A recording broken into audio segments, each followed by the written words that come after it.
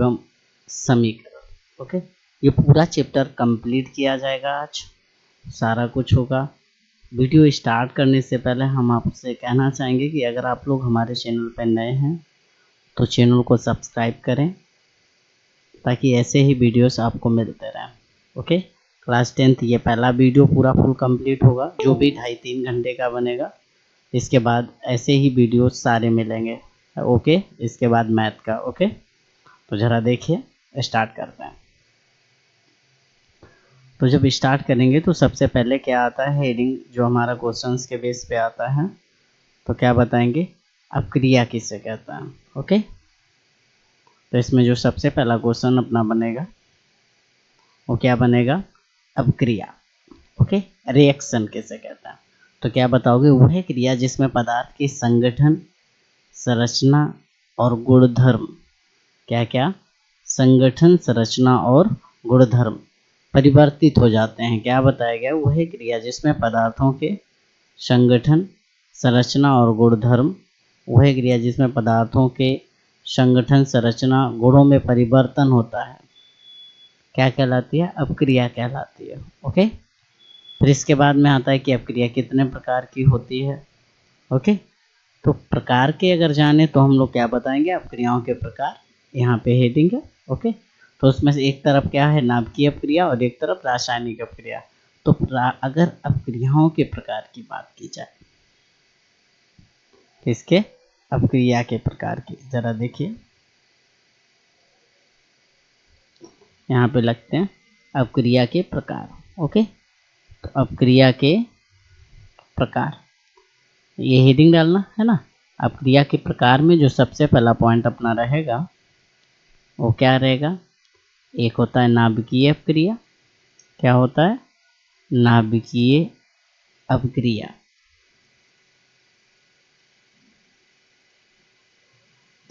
और दूसरा क्या होता है, रासायनिक अपक्रिया।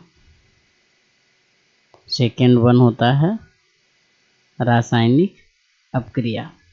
ओके, तो इसमें हम सबसे पहली हेडिंग डालेंगे और सबसे पहली वाली में लिखेंगे, क्या लिखेंगे, ऐसी अपक्रियाएं जिनमें परमाणु के नाभिक भाग लेते हैं। मतलब इसमें क्या लिख सकते हैं, इसमें बताएंगे ऐसी अपक्रियाएं, ऐसी अपक्रियाएं जिनमें परमाणु के नाभिक भाग लेते हैं, परमाणु के नाभिक भाग लेते हैं।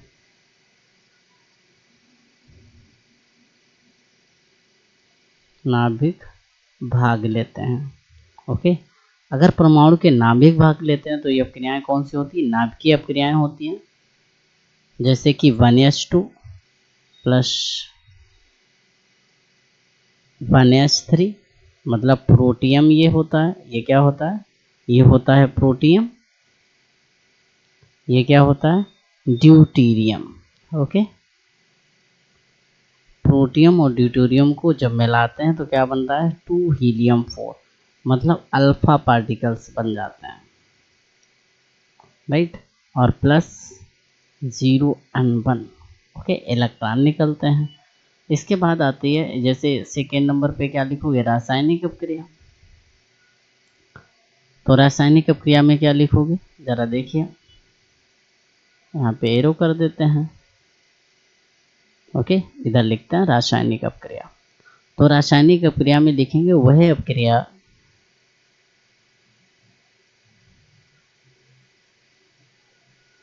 जिनमें परमाणु की बाहरी कक्षा में उपस्थित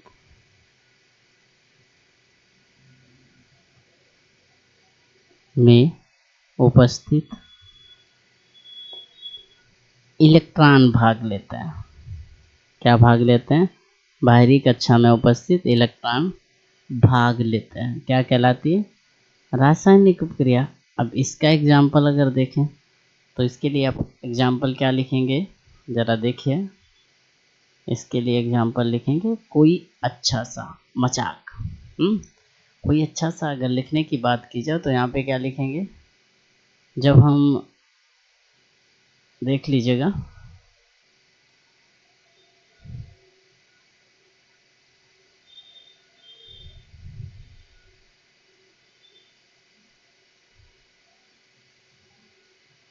किसकी,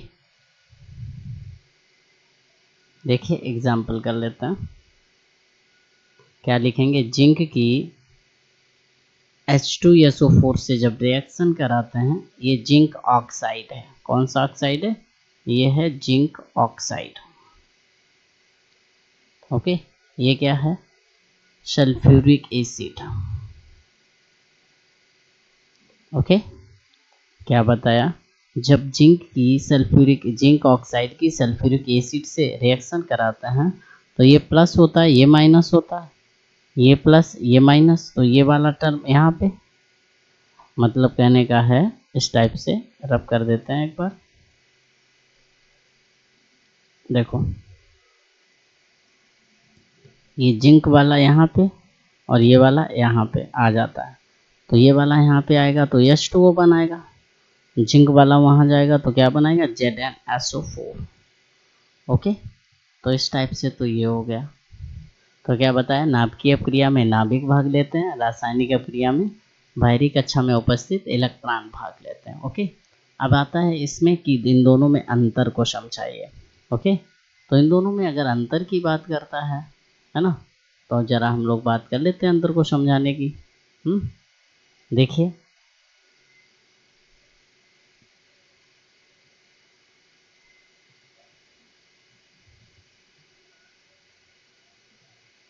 क्या है कि इन दोनों में अंतर को समझाइए, तो क्या बताएंगे, जो अंतर है आपकी, ये एरोलाइन पड़ी हुई है ना, इसके बाद में ये हेडिंग है, एक तरफ आपने नाभिकीय अपक्रिया डाला, एक तरफ रासायनिक अपक्रिया डाला, है ना।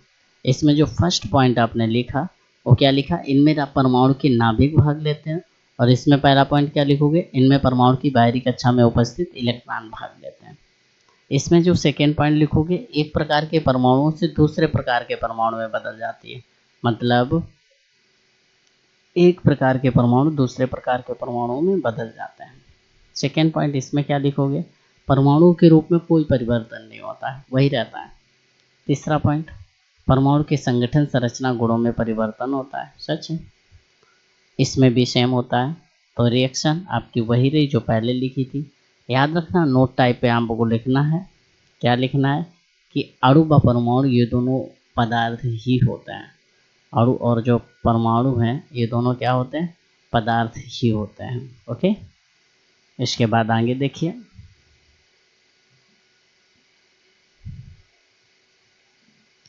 अगर आगे बात करें तो आगे क्या करेंगे, जैसे रासायनिक अपक्रियाएं क्यों होती हैं, है ना, रासायनिक अपक्रियाएं क्यों होती हैं, तो क्या बताएंगे, जब अभिकारकों की ऊर्जा उत्पादों की ऊर्जा से ज़्यादा होती है, किसकी ऊर्जा, अभिकारकों की ऊर्जा उत्पादों की ऊर्जा से ज़्यादा होती है, तो स्थायित्व प्राप्त करने के लिए रासायनिक अपक्रियाएं होती हैं। तो जैसे कि लिख लेते हैं कि रासायनिक अपक्रियाएं क्यों होती हैं। ओके, तो ज़रा देखिए, पहले तो क्वेश्चन लिखेंगे,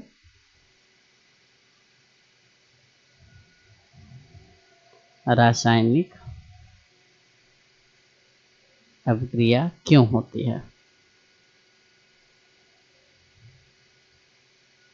क्यों होती है। ओके, तो इसमें क्या बताएंगे, जैसे कि कोई भी रिएक्शन है तो रिएक्शन आपकी हमेशा ए से भी होती है, कुछ ना कुछ बनता है, ये जो होता है ये आपका अभिकारक होता है ना, ये क्या होता है, उत्पाद होता है ना। जब अभिकारक की ऊर्जा, जब अभिकारक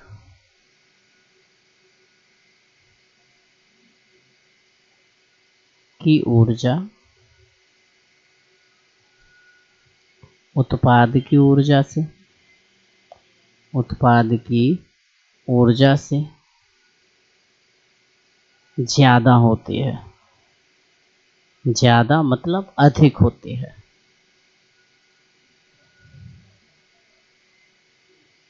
अधिक होती है, तब स्थायित्व प्राप्त करने के लिए, तब स्थायित्व प्राप्त करने के लिए, स्थायित्व प्राप्त करने के लिए, प्राप्त करने के लिए रासायनिक अभिक्रिया होती है।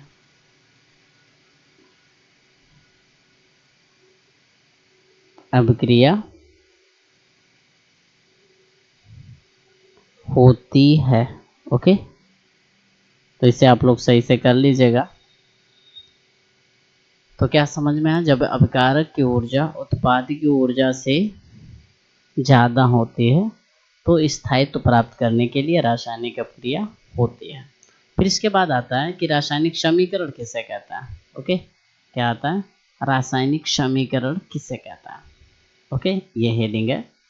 क्या बताओगे, किसी रासायनिक अभिक्रिया के विवरण को, मतलब कोई भी रासायनिक अभिक्रिया हो उसके विवरण को, जैसे ये कोई रासायनिक अभिक्रिया है ना, कोई रासायनिक अभिक्रिया हो, जैसे ये रासायनिक अभिक्रिया है, इसके विवरण को छोटे रूप में लिखना रासायनिक समीकरण कहलाता है।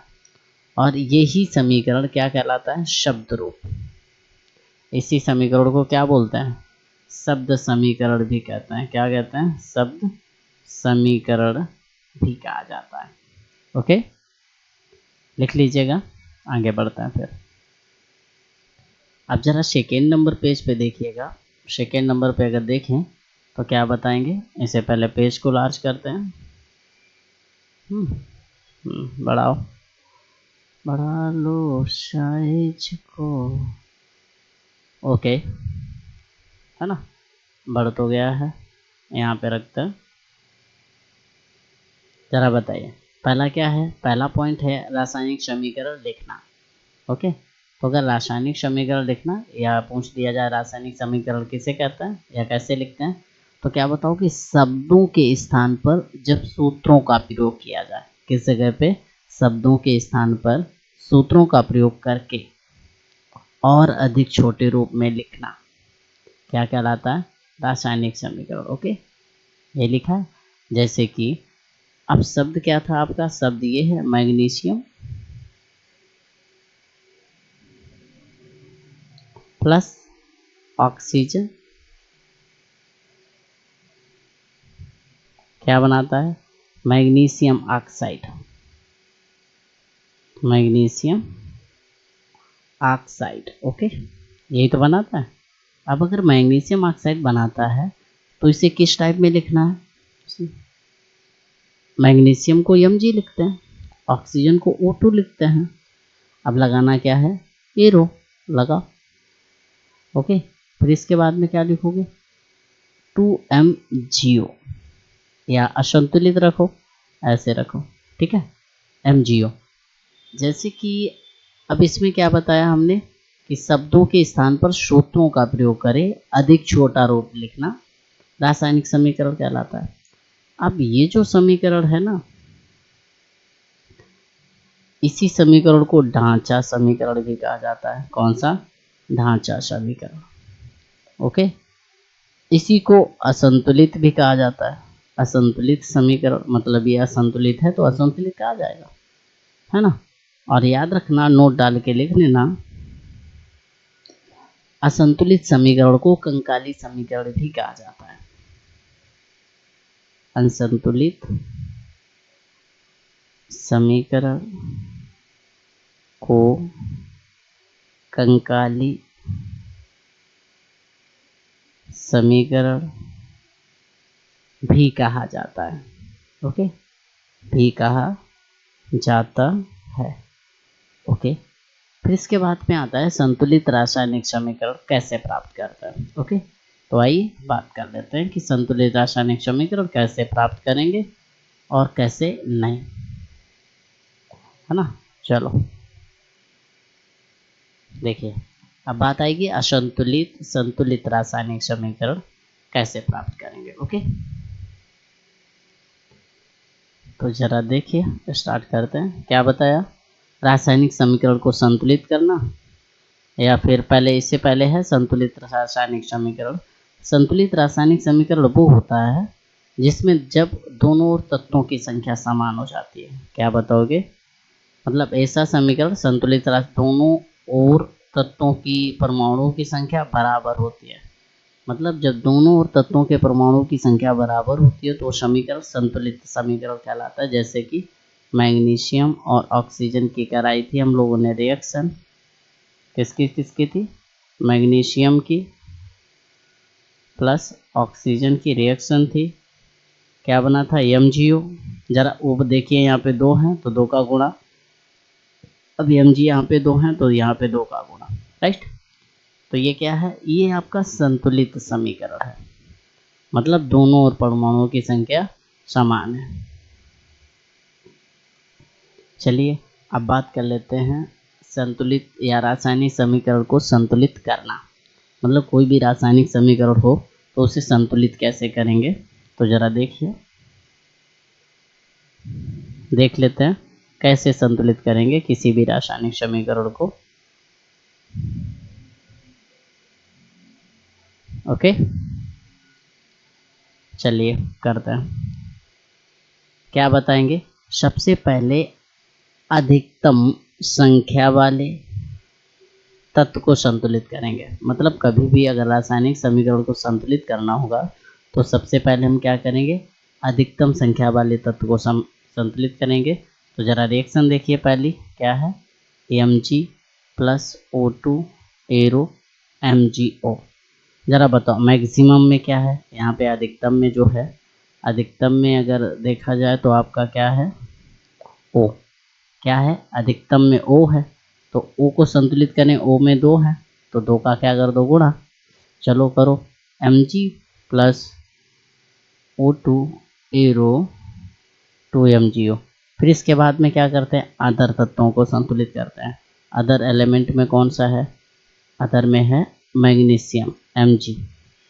Mg है, Mg कितना है, 2, तो क्या करोगे, 2 का गुणा, 2Mg plus O2 arrow 2MgO। क्या हुआ, ये संतुलित हो गया, राइट। अगर हो गया तो लिख लीजिएगा, इसके बाद दूसरी कर लेते हैं। तो ज़रा सेकेंड नंबर देख लीजिएगा इसी का, है ना। अब सेकेंड नंबर अगर देखना है, सेकेंड में क्या है, PbNO3। PbNO3 का whole twice arrow PbO plus NO2 plus O2। इसमें सबसे अधिक जो दर होते हैं ये कितने हैं, यहाँ पे 3 2 जा 6 है, O कितने हैं, 6 हैं इधर, है ना। अगर O 6 हैं, यहाँ पे कितने हैं, 2 2 4, कितने कम है, 2, तो यहाँ पे 2 का गुणा कर दो, हो गए 6 बराबर 6। इसके बाद किसको संतुलित करते हैं, दूसरे को। अब जरा दूसरा कौन सा है, ये PB कितना हो गया, 2। अगर PB 2 हो गया तो PB में कितने गुणा करोगे, 2 का, कितने का, 2 का, तो PB में कितना कर दिया, 2 का। अब जरा देखो PB कितना हो गया, 2। अब N देखना, N कितना है, 2 दूनी 4, 2 ये और 2 ये, है ना, 2 दूनी 4, तो यहाँ पे N का कितना करेंगे, 4। तो मतलब फाइनल बनेगी क्या, 2PbNO3 का whole twice arrow 2PbO plus 4NO2 plus O2, right.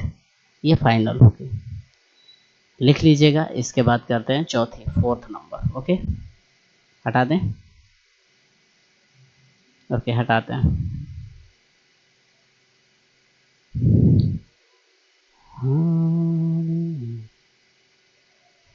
Okay, अब जरा फोर्थ नंबर देखिए। फोर्थ नंबर में क्या है, नेक्स्ट एग्जाम्पल जो है वो क्या है, फेरस की जब जल से रिएक्शन कराते हैं तो Fe3O4 बनता है प्लस हाइड्रोजन गैस रिमूव होती है।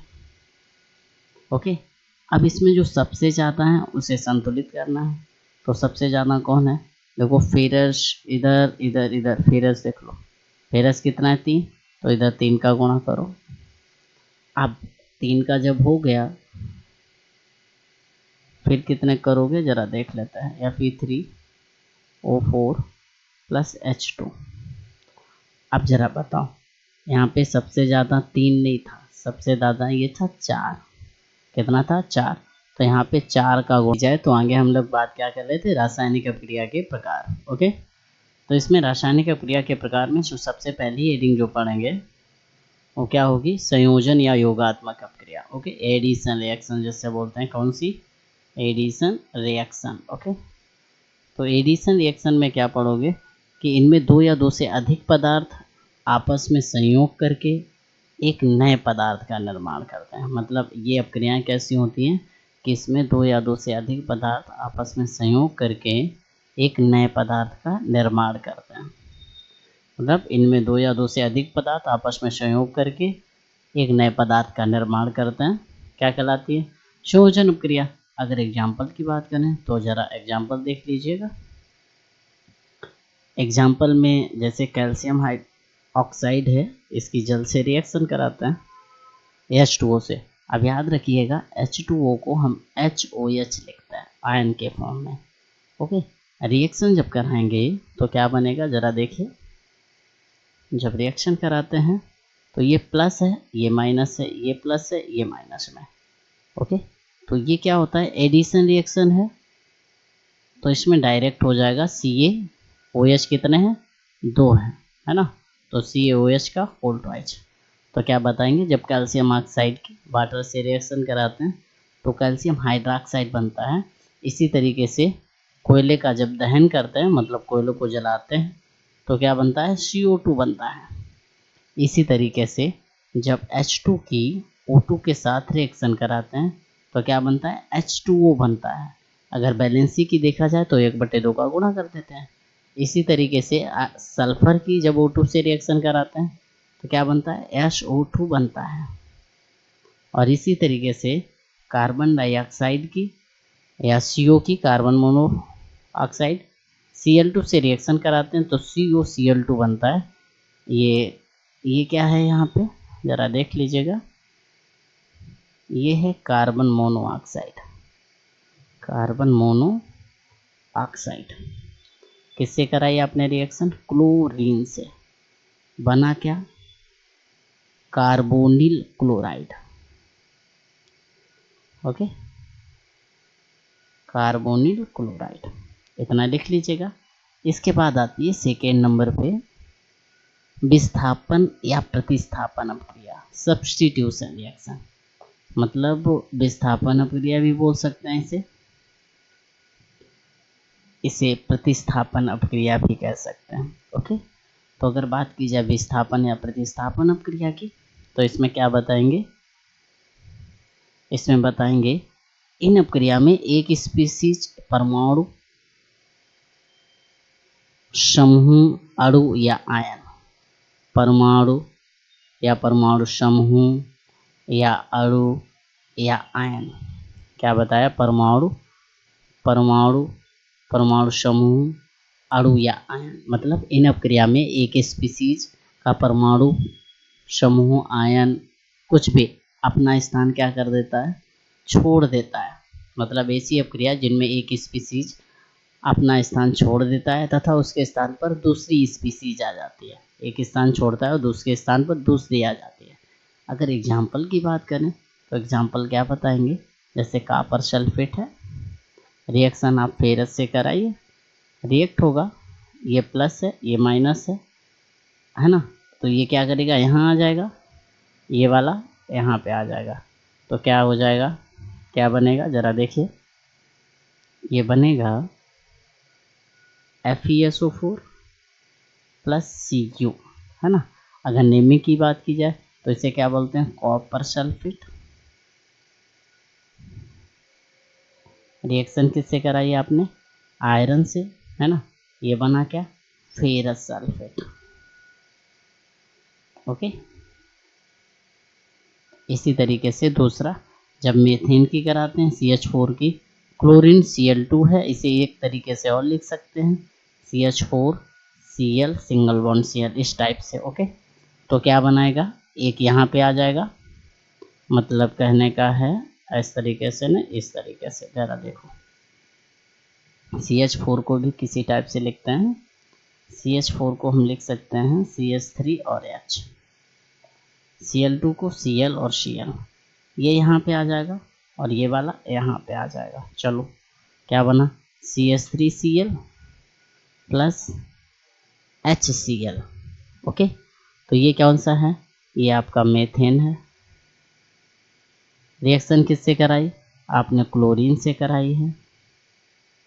ओके, ये क्या बना है, ये बना है मीथिल क्लोराइड।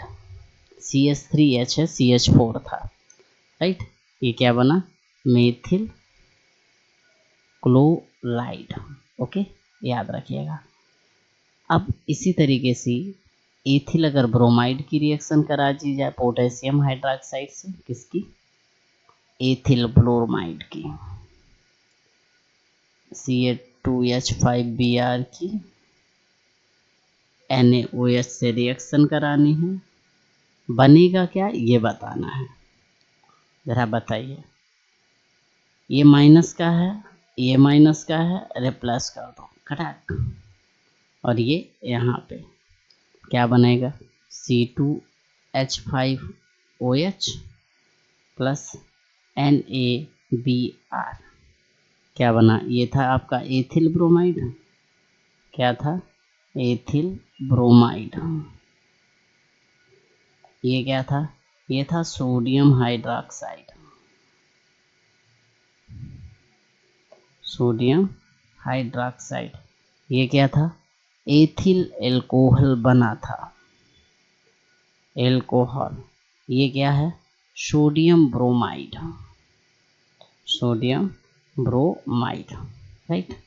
याद रहेगा, तो इतना लिख लीजिएगा, फिर नेक्स्ट आगे बढ़ते हैं। ओके, तो नेक्स्ट अगर देखा जाए तो नेक्स्ट में अपना आता है अनुत्क्रमणीय अपक्रिया किसे कहते हैं। ओके, तो क्या बताएंगे, ऐसी अपक्रिया जो केवल एक ही दिशा में संपन्न होती है, मतलब ऐसी अपक्रिया जो केवल और केवल एक दिशा में संपन्न होती हैं, कौन सी कहलाती हैं, अनुत्क्रमणीय अपक्रियाएं। तो पहले तो अंडरलाइन करेंगे, अनुत्क्रमणीय अपक्रिया, इरिवर्सिबल रिएक्शन, है ना। तो इसमें क्या लिखेंगे, आंसर में लिखना चाहो तो लिख लो, जो कुछ चाहो लिख लो। ये अपक्रियाएं केवल एक दिशा में संपन्न होती हैं, या ऐसी अपक्रियाएं जो केवल एक ही दिशा में संपन्न होती हैं, अनुत्क्रमणीय अपक्रियाएं कहलाती हैं। उदाहरण जरा देख लेते हैं, उदाहरण सही से देखेंगे थोड़ा, तो क्या बना है, KClO3 arrow KCl plus O2। Valency की अगर बात की जाए, यहाँ 3 है, यहाँ 2 है, तो यहाँ पे 3 का करो, यहाँ पे 2 का कर दो, यहाँ पर 2 का कर दो, बैलेंस। नेमिंग की अगर बात की जाए तो यहाँ पे एलिमेंट के नाम या कंपाउंड के नाम देखो, तो ये पोटेशियम क्लोरेट है, क्या है, पोटेशियम क्लोरेट। ये क्या है, potassium chloride, potassium chloride. Okay, याद रखिएगा। नेक्स्ट देखिए, अगर नेक्स्ट एग्जांपल की बात की जाए तो अगला एग्जांपल अपना क्या बताएंगे, बेरियम क्लोराइड है, इसकी अगर सोडियम सल्फेट से रिएक्शन कराओगे तो क्या बनेगा, जरा देखिए।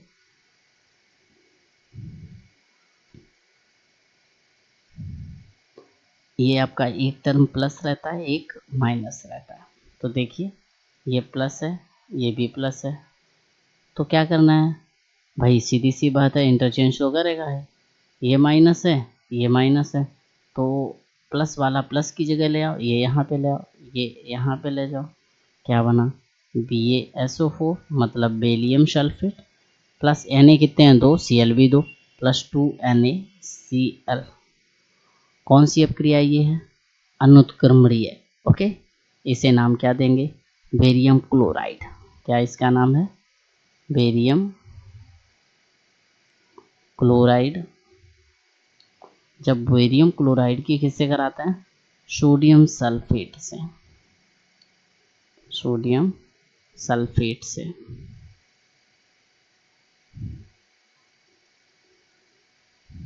ओके, तो क्या बनता है? बनता है बेरियम सल्फेट, बेरियम सल्फेट और sodium chloride, sodium chloride, right. फिर इसके बाद में एक और आता है कि अगर सोडियम की वाटर से रिएक्शन कराई जाए, एग्जाम्पल रिवर्सिबल रिएक्शन है, वाटर HOH होता है, रिएक्शन कराओगे क्या बनाएगा? ये यहाँ पे आएगा, ये यहाँ पे आएगा, मतलब बनाएगा NaOH प्लस H। अब यह सिंपल तो जाएगा ना, H2 के फॉर्म में जाएगा, तो 1/2 का भाग कर देंगे। ओके, ये उड़ जाएगी हाइड्रोजन गैस, राइट। नेक्स्ट अगर और एक एग्जांपल देखा जाए तो अपना एक और एग्जांपल देखें, जैसे सोडियम क्लोराइड है, इसकी सिल्वर नाइट्रेट से रिएक्शन कराएं, एरो ये प्लस है और ये प्लस है, एक दूसरे का जो पोजीशन है वो चेंजमेंट होगी, मतलब ये यहाँ पे और ये यहाँ पे, तो कर दो क्या बनाएगा? Ag अगर Na पे आएगा तो क्या हो जाएगा? AgCl plus NaNO3। तो बताओ ये कौन सा क्लोराइड था? ये था सोडियम क्लोराइड, सोडियम क्लोराइड। ये कौन सा नाइट्रेट? Silver nitrate, nitrate. ये सिल्वर क्लोराइड, क्लोराइड। ओके, जल्दी से लिख लीजिएगा। फिर इसके बाद में हम लोग करते हैं उत्क्रमणीय अपक्रिया को। ओके, जल्दी से लिखिए।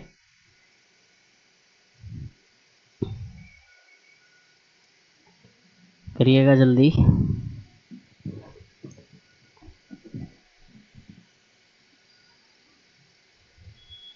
क्या करना है अब आगे? आगे करना है उत्क्रमणीय अपक्रिया को, राइट। तो उत्क्रमणीय अपक्रियाएं ऐसी अपक्रियाएं होती हैं जो दोनों दिशाओं में चलती हैं। कैसी? दोनों दिशाओं में चलती हैं। कैसी अपक्रिया कहलाती है? उत्क्रमणीय अपक्रियाएं, या ऐसी अपक्रियाएं जो दोनों दिशाओं में चलती हैं, उत्क्रमणीय अपक्रियाएं कहलाती हैं। तो ये रब करते हैं, उसके फिर एग्जाम्पल्स देख लेते हैं। देखिए, अगर एग्जाम्पल की बात करें, एग्जाम्पल में बात क्या करेंगे? जैसे आपका कैल्शियम कार्बोनेट हो गया, है ना, याद रखना इसे इस सिंबल से रिप्रेजेंट करता है। ओके, तो अगर इस सिंबल से रिप्रेजेंट करते हैं तो क्या बनाएगा? ये ज़रा देख लीजिएगा, ये बनाता है CaO प्लस CO2। ऐसे ही अगर एक और रिएक्शन देखी जाए तो अपन लोग एक और रिएक्शन देखेंगे, क्या? PCl5 को। ओके, रिवर्सिबल रिएक्शन होती है, रिवर्सिबल दोनों तरफ होती है, मतलब PCl3 प्लस Cl2। ऐसे ही H2 और I2 का अगर कराया जाए तो क्या होता है? हाइड्रोजन आयोडाइड बनाता है। ऐसे ही N2 और 3H2 का कराता है तो क्या बनाता है? 2NH3 बनाता है, मतलब ये अमोनिया बनता है। क्या बनता है? अमोनिया। याद रहेगा, किसको किसको मिलाया? नाइट्रोजन और हाइड्रोजन को किस अनुपात में मिलाया? 1:3 के अनुपात में मिलाने पर कौन सा बन रहा है? अमोनिया, याद रखना। अब यहाँ पे एक चीज़ और देख लेते हैं, ये तुम्हारा क्या है? हाइड्रोजन। ओके, ये क्या है? आयोडीन। हाइड्रोजन और आयोडीन की रिएक्शन कराते हैं तो क्या बनता है? Hydrogen iodide, iodide. ऐसे ही ये क्या है?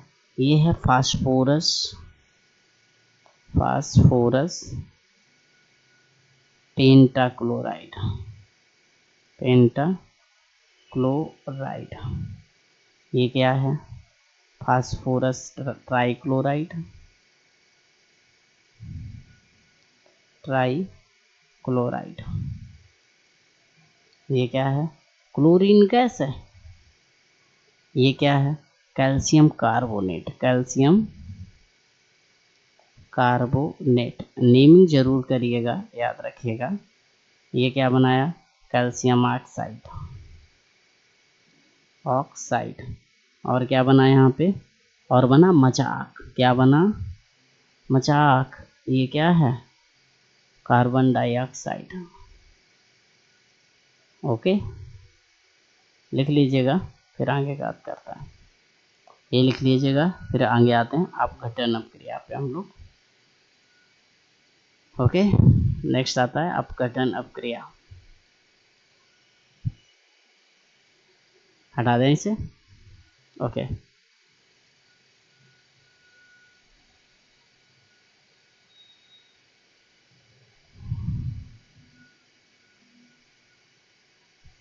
देखिए नेक्स्ट अपना क्या बात आएगी? अपघटन अपक्रिया किससे कहते हैं? ओके, अपघटन अपक्रिया को डिकम्पोजिशन रिएक्शन इंग्लिश में बोलते हैं। क्या बताएंगे? ऐसी अनुत्क्रमणीय क्रिया जिसमें एक अणु दो या दो से अधिक सरल अणुओं में टूटता है। मतलब वह अनुत्क्रमणीय अपक्रिया जिसमें एक अणु दो या दो से अधिक सरल अणुओं में टूटता है, क्या कहलाती है? अपघटन अपक्रिया। जैसे एग्जाम्पल अगर देखा जाए तो आपका 2KClO3 जब गर्म किया, क्या बना? 2KCl plus 3O2। ओके, ऐसे ही एक और एग्जाम्पल अगर देखें तो क्या था? वाटर का जब हमने रिएक्शन कराया या विद्युत अपघटन कराया, क्या कराया? विद्युत अपघटन, है ना? विद्युत अपघटन कराया तो क्या बना? 2H2 प्लस O2, है ना? अब ये दो प्रकार की होती हैं अपघटन अपक्रियाएं। नोट नंबर 1 क्या है? ए नंबर होता है ऊष्मीय अपघटन, ऊष्मीय अपघटन। और बी नंबर क्या होता है? विद्युत अपघटन।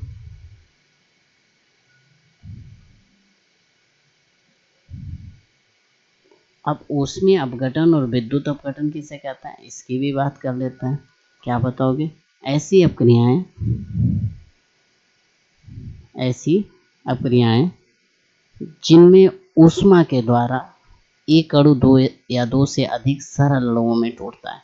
मतलब ऐसी अपक्रियाएं जिसमें ऊष्मा देकर एक अणु दो या दो से अधिक सरल अणुओं में टूटता है, अपघटन अपक्रिया कहलाती है या ऊष्मीय अपघटन कहलाती है। और ऐसी अपक्रियाएं जिसमें विद्युत अपघटन के पश्चात एक अणु दो या दो से अधिक सरल अणुओं में टूटता है तो वो विद्युत अपघटन कहलाती है।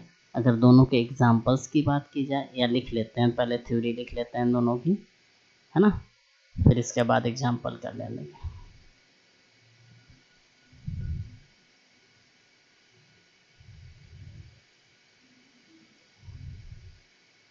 ऐसी अपक्रिया जिनमें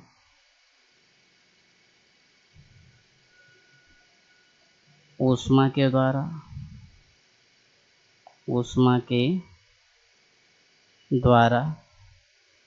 एक अणु दो या दो से अधिक दो या लिखा नहीं यार, कैसे लड़का हो? ओके, दो या दो से अधिक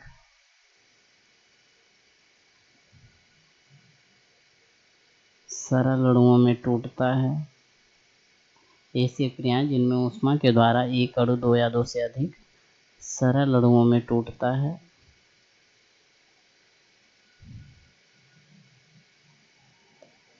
सरल अणुओं में वियोजित हो जाता है या अपघटित हो जाता है। सरल अणुओं में अपघटित हो जाता है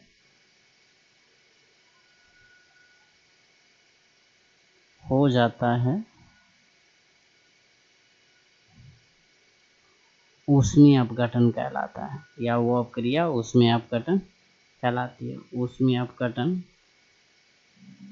अपक्रिया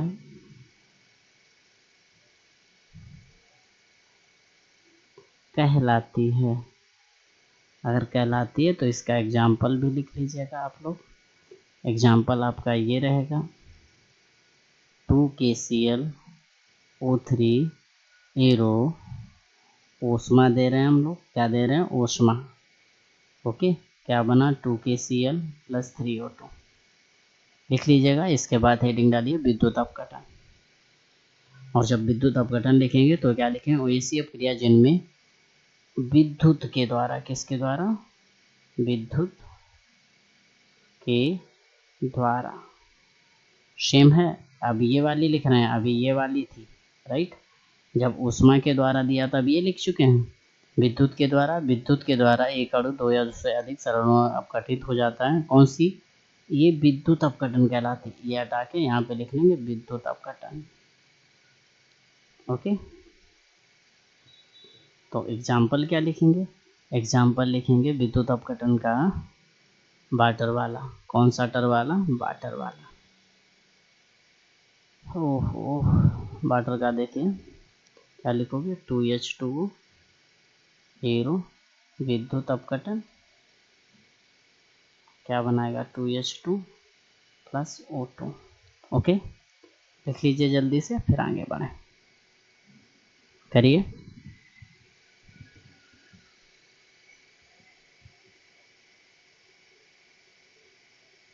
हो गया, आगे देखिए।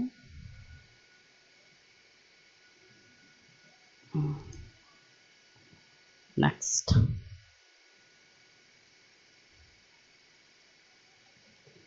अगर नेक्स्ट देखा जाए, नेक्स्ट इज वेरी नेक्स्ट।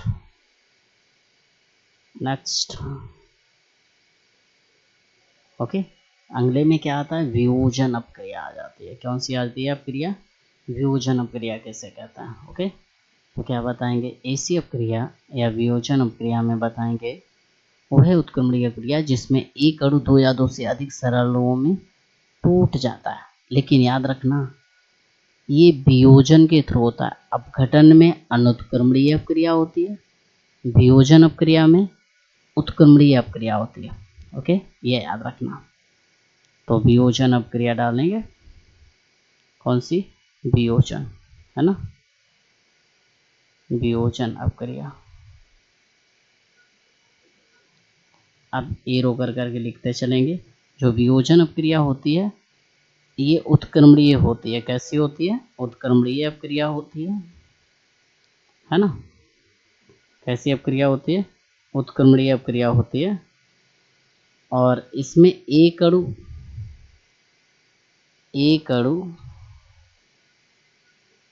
2 या 2 से अधिक, 2 से अधिक सरल अणुओं में टूटता है। सरल अणुओं में टूटता है। ओके, तो क्या समझ में आया, वियोजन अगर अपक्रिया है तो उत्क्रमणीय होगी, मतलब वो है उत्क्रमणीय अपक्रिया जिसमें एक अणु 2 या 2 से अधिक सरल अणुओं में टूटता है, वियोजन अपक्रिया कहलाती है। एग्जाम्पल जरा देख लो यार। अब जब एग्जाम्पल की बात की गई है तो एग्जाम्पल अपने वही रहेंगे। PCl5 रिवर्सिबल रिएक्शन है, क्या बनाएगा, PCl3 + Cl2। ऐसे ही NH4Cl क्या बनाएगा, ये बनाएगा NH3 + HCl। ऐसे ही 2HI मतलब हाइड्रोजन आयोडाइड क्या बनाएगा, H2 + I2। ओके, तो क्या हो गई, वियोजन अपक्रिया हो गई। ओके, फिर आगे देखिए, आगे बढ़ते हैं, इसे रब कर देते हैं।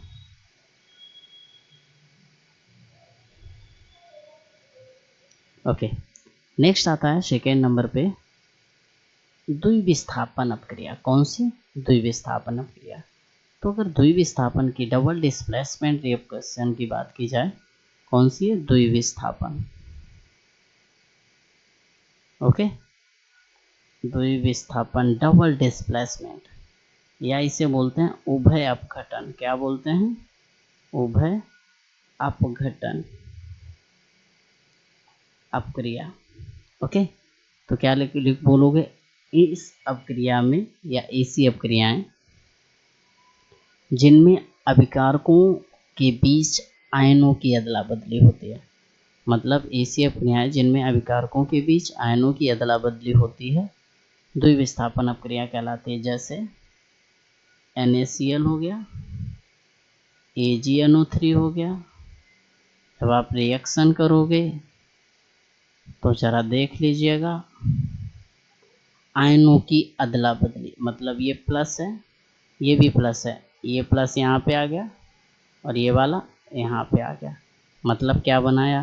ये बनाया NaNO3 plus AgCl। Ion change हो गए, इसका वाला आयन यहाँ आ गया, इसका यहाँ पे आ गया। दूसरी देखिए, दूसरी अगर देखें CH3COOH प्लस NaOH। अब जरा देखिए, अगर इसमें चेंज करने की बात करें तो इसमें भी आयन एक्सचेंज हो जाएगा। देखिए, ये माइनस होता है,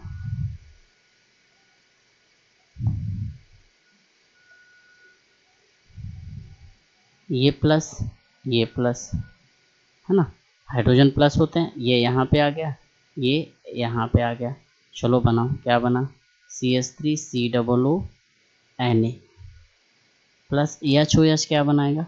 H2O। कुछ समझ में आया?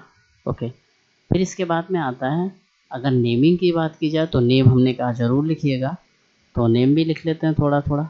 ये कौन सा क्लोराइड है? ये आपका सोडियम क्लोराइड है, सोडियम क्लोराइड। ये कौन सा नाइट्रेट है? Silver nitrate. जब रिएक्शन कराई तो क्या बना? Sodium nitrate, sodium nitrate. इसमें सिल्वर क्लोराइड ऐसे ही लिखते चलिएगा। आगे देखिए, आगे हम लोग करते हैं ऊष्माक्षेपी अपक्रिया क्या होती है। ओके, चलिए बढ़ते हैं ऊष्माक्षेपी पे। एक्सोथर्मिक रिएक्शन, ऐसी अपक्रियाएं जो ऊष्मा को उत्सर्जित करते हैं, ऊष्माक्षेपी अपक्रियाएं कहलाती हैं। जैसे कि कोई भी है, रिएक्शन के टाइम एनर्जी निकले, C+O2 CO2 प्लस एनर्जी, क्या बताया? रिएक्शन के टाइम पे एनर्जी निकले, H2 प्लस O2, एरो क्या बना? 2H2O, है ना, प्लस क्या निकली? एनर्जी। या क्या बोल सकते हो? C+O2 arrow CO2। अगर याद है तो करेक्ट लिख दो, 94 किलो कैलोरी। अगर याद है तो करेक्ट लिख दो, अदरवाइज छोड़ दो, एनर्जी लिख दो वहाँ पे। Okay, plus 136.8 kilo calorie. तो क्या समझ में आया?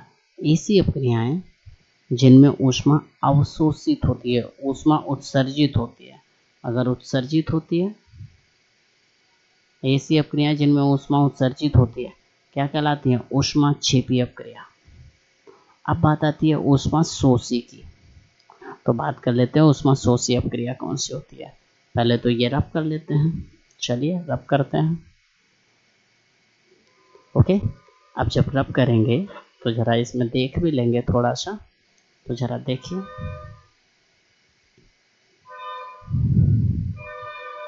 कौन सी रिएक्शन है? ऊष्मा शोषी अपक्रिया।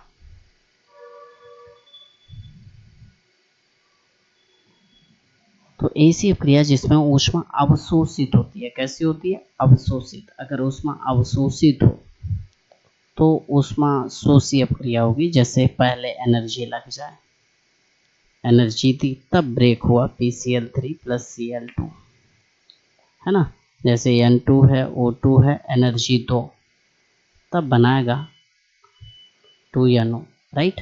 तो क्या समझ में आया? ऐसी अपक्रिया जिसमें ऊष्मा अवशोषित होती है, ऊष्मा शोषी अपक्रिया कहलाती है।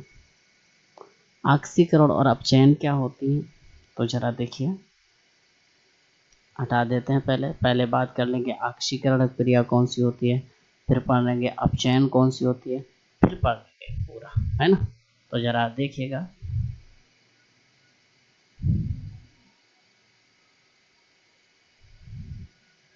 चलो बात कर लेते हैं सबसे पहले ऑक्सीकरण।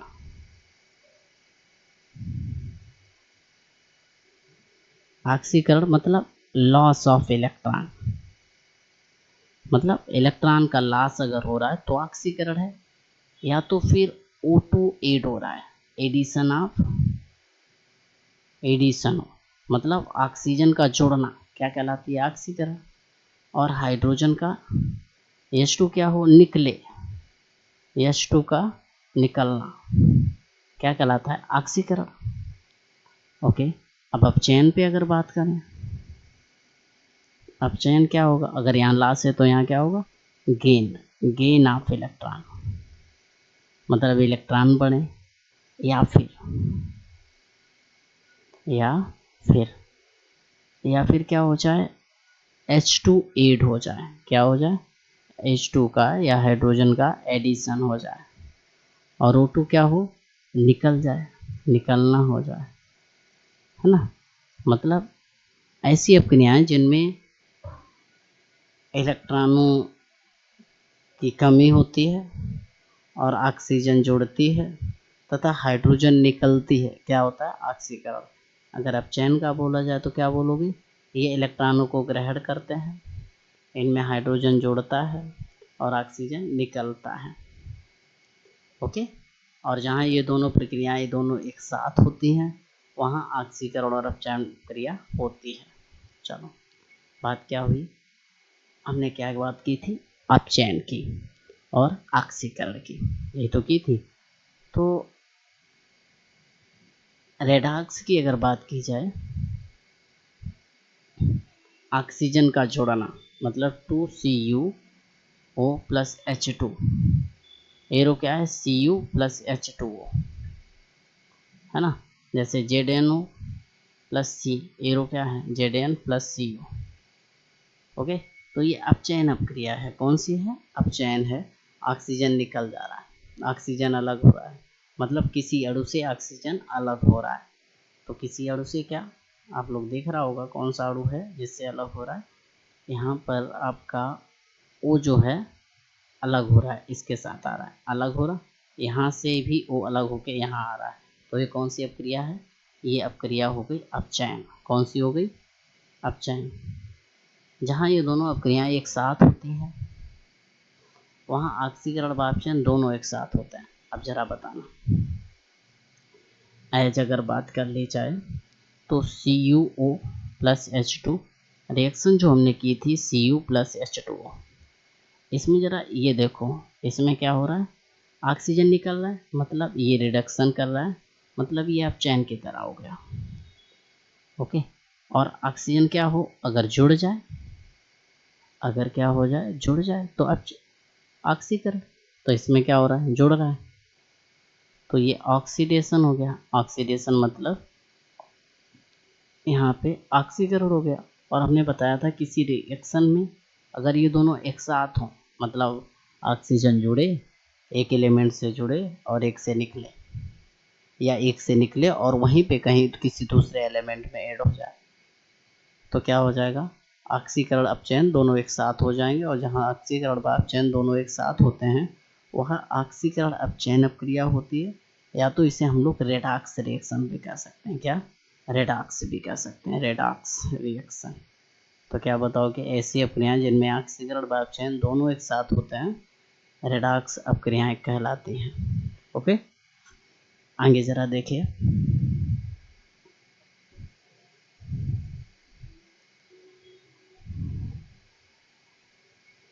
रब कर ले, कर ले, कर ले। आगे देखिए, बढ़ते हैं आगे। अगर बात की जाए तो इसमें क्या बताया, दैनिक जीवन में अपचयन और ऑक्सीकरण अपक्रियाओं के प्रभाव क्या होते हैं। तो इसमें क्या होता है, सबसे पहला प्रभाव होता है संचारण में। क्या होता है, संचारण। ओके, अब बात आती है संचारण होता क्या है। कोई भी धातु है अम्ल नमी आदि के कारण धीरे धीरे क्या होती है, गलने लगती है या तो नष्ट होने लगती है। कोई भी धातु हो अम्ल नमी आदि के कारण धीरे धीरे गलने लगती है या नष्ट होने लगती है, इसी को संक्षारण कहते हैं। मतलब संक्षारण का मेन अगर मीनिंग देखा जाए तो इसमें क्या होता है, गलना या नष्ट होना। ओके, मतलब कहना प्रेजेंस क्या होगा इसमें, किसकी प्रेजेंस में, अम्ल या नमी। मतलब अम्ल या नमी की उपस्थिति में किसी धातु का गलना या नष्ट होना क्या कहलाता है, संक्षारण। जैसे एग्जाम्पल अगर देखा जाए, है ना, तो एग्जाम्पल बहुत अच्छे अच्छे हैं। पहला, लोहे की जंग लगना या लाल भूरी परत का चढ़ना। चांदी पे जब जंग लगती है तो कैसा होता है, चांदी के ऊपर काली परत का चढ़ना, तांबे के ऊपर हरी परत का चढ़ना। ये सभी क्या है, संक्षारण के उदाहरण है। विकृत गंधिता क्या होती है, जैसे तेल या वसा से जो द्वारा अपचयित होते हैं, मतलब जब तेल या वसा वायु द्वारा अपचयित होते हैं तो उनका स्वाद गंध में बदल जाता है। क्या बताओगे अगर आपसे आता है विकृत गंधिता, और विशेषकर ये मोस्ट इम्पोर्टेंट रहेगा।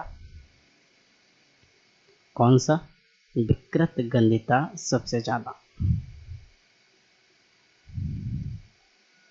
ओके, विकृत गंधिता। इसमें क्या बताओगे, जब तेल या वसा वायु द्वारा अपचयित होते हैं तो उनका स्वाद गंध में बदल जाता है, और ये घटना विकृत गंधिता कहलाती है। अब इसमें नोट टाइप में ये लिख लेना, क्या, तेल या वसायुक्त खाद्य पदार्थों में प्रतिऑक्सी कारक मिलाए जाते हैं। जैसे चिप्स के पैकेट में O2 निकाल कर N2 भरी जाती है। चिप्स के पैकेट में क्या होता है, चिप्स के पैकेट में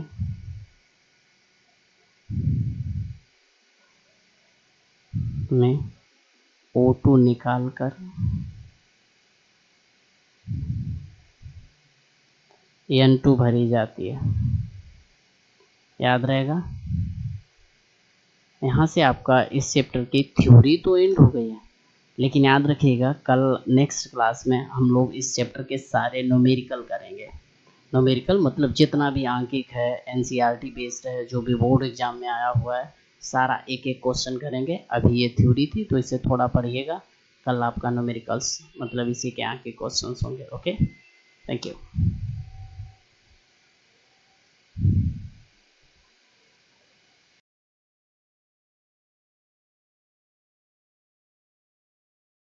देखिए आज हम लोग स्टार्ट करेंगे क्लास 10th का एक्सरसाइज। ओके, जो चैप्टर नंबर 1 था रासायनिक अपक्रिया एवं उनके समीकरण, उसकी आज हम लोग एक्सरसाइज करेंगे। ओके, न्यूमेरिकल्स जितने भी हो पाएंगे पहले चैप्टर में केमिस्ट्री के। तो देखिएगा पहला क्वेश्चन क्या है। पहला क्वेश्चन बताया गया, तप्त निकिल चूड़ की उपस्थिति में एथिलीन तथा हाइड्रोजन की अपक्रिया क्या कहलाती है। इसे छोड़ा लार्जर करते हैं एंड देन करते हैं। ओके ओके, अब आई थिंक सही से दिख रहा होगा, है ना। तो क्या बताया गया, क्वेश्चन में बताया गया कि तप्त निकिल चूड़ की उपस्थिति में एथिलीन C2H2 हाइड्रोजन से क्रिया करके H2 क्या बनाती है, देखिएगा ये बना देती है C2H6। मतलब एथिलीन जो है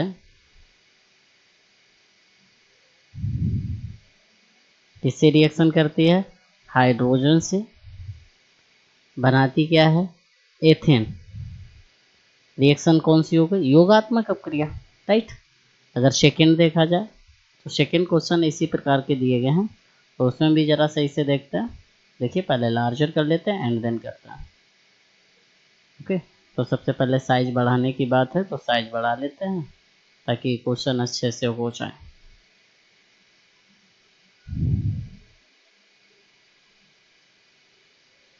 ओके, अब सही है, क्वेश्चन भी दिखेगा और वो काम भी होता जाएगा। देखिए क्वेश्चन बताया गया, इसमें क्या बताया गया कि जब कॉपर सल्फेट विलयन में, कॉपर सल्फेट मतलब CuSO4 में किसका, लोहे का Fe का टुकड़ा जा डाला जाता है तो क्या बनता है, ये यहाँ पे आ जाता है, ये यहाँ पे आ जाता है, क्या बनेगा FeSO4 और प्लस CO। बताया गया ये रिएक्शन कौन सी होगी, तो बताते हैं आपको। अगर ऐसा है तो ये रिएक्शन जो बनती है ये प्रतिस्थापन अपक्रिया बन जाती है। कौन सी बन जाती है, प्रतिस्थापन, मतलब इसे क्या बोलते हैं, कौन सी अपक्रिया कहते हैं, प्रतिस्थापन अपक्रिया कह रहे थे, ठीक है। फिर ऐसे ही दूसरा क्वेश्चन दे रहा, देखिए तीसरा क्वेश्चन क्या बताया, अमोनियम क्लोराइड को, किसको, अमोनियम क्लोराइड, अमोनियम क्लोराइड का सूत्र होता है NH4Cl। अमोनियम क्लोराइड को गर्म करने पर ये NH3 और HCl बनाती है और पुनः ठंडा करने पर अमोनियम क्लोराइड बना देती है। ठंडा करते हैं, है ना, तो क्या बना देती है, फिर से अमोनियम क्लोराइड बना देती है ठंडा करने पर, राइट। ये रिएक्शन है, राइट। अगर ऐसा कुछ होता है जैसे कि अमोनियम क्लोराइड को गर्म करते हैं तो अमोनिया और हाइड्रोजन क्लोराइड बनाती है, और जब फिर से ठंडा करते हैं तो ये फिर से अमोनियम क्लोराइड बना देती है। ये अपक्रिया क्या कहलाती है, ये पूछा गया। तो क्या बताएंगे, ऐसी अपक्रियाएं जो होती हैं जो दोनों साइड में हो जाए। पहली बात तो ये ऊष्मा के साथ, मतलब ठंडा करने पर इसे जब गर्म करते हैं तब इसमें ब्रेक हो रहा है, गर्म कर रहे हैं तो किसमें ब्रेक हो रहा है, इन दोनों में, और जब ठंडा करते हैं तो इसमें फिर से बंध रहा है, मतलब ऊष्मा देते हैं और उसमें वियोजन। तो ये अपक्रिया कौन सी हो गई, उसमें वियोजन अपक्रिया हो गई, ये वाली, राइट।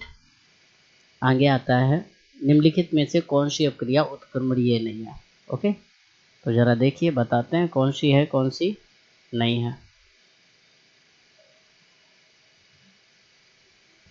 जैसे कि जिसमें दोनों का सिंबल है, ये तो देखो उत्क्रमणीय है, ये भी उत्क्रमणीय है, ये भी है, ये उत्क्रमणीय नहीं है। ओके, तो कौन सी अपक्रिया उत्क्रमणीय नहीं है, तो इसमें क्या बताओगे कि ये जो अपक्रिया है नंबर 4, ये उत्क्रमणीय अपक्रिया नहीं है। ओके, चूंकि उत्क्रमणीय अपक्रिया का जो सिंबल होता है वो उत्क्रमणीय का सिंबल कौन सा होता है, ऐसे वाला, ये उत्क्रमणीय का होता है, और एक ही साइड जाए तो अनुत्क्रमणीय का होता है। ओके, तो ये कौन सी अपक्रिया है, ये है अनुत्क्रमणीय, याद रहेगा आपको। ओके, फिर आगे नंबर आता है 5th नंबर, निम्न में से उभय अपघटन अपक्रिया है।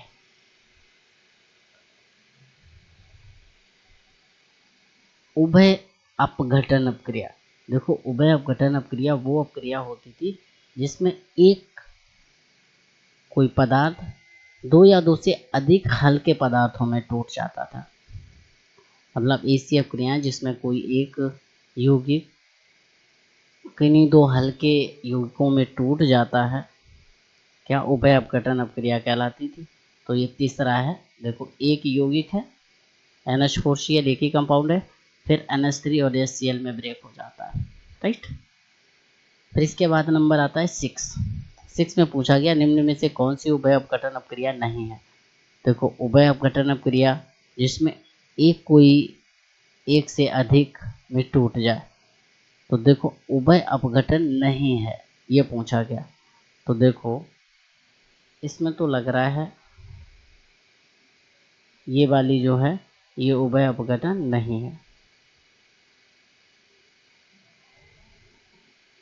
नहीं है, याद रहेगा। चूंकि उभय अपघटन में क्या हो रहा था, ये ऊष्मीय वियोजन अपक्रिया हो जा रही है। ये कौन सी है, ये जो NH4Cl वाली है, इससे पहले ऊष्मीय वियोजन थी, ये कौन सी है, ऊष्मीय वियोजन है, ऊष्मीय वियोजन है, अपघटन नहीं है, याद रखिएगा, ठीक है। क्या है, ऊष्मीय वियोजन है, अपघटन नहीं है। इससे पहले हम लोग पढ़ चुके हैं, यहाँ पे देखो पढ़ा था, कहाँ पे कहाँ पे कहाँ पे, यहाँ पे देखो ऊपर पढ़ा है। पर इसे गर्म करते तो NH3HCl में ब्रेक होता है, ठंडा करोगे फिर से यही आ जाएगा, मतलब उसमें वियोजन आएगी, राइट, उभय अपघटन नहीं आएगी। आगे देखिए, फिर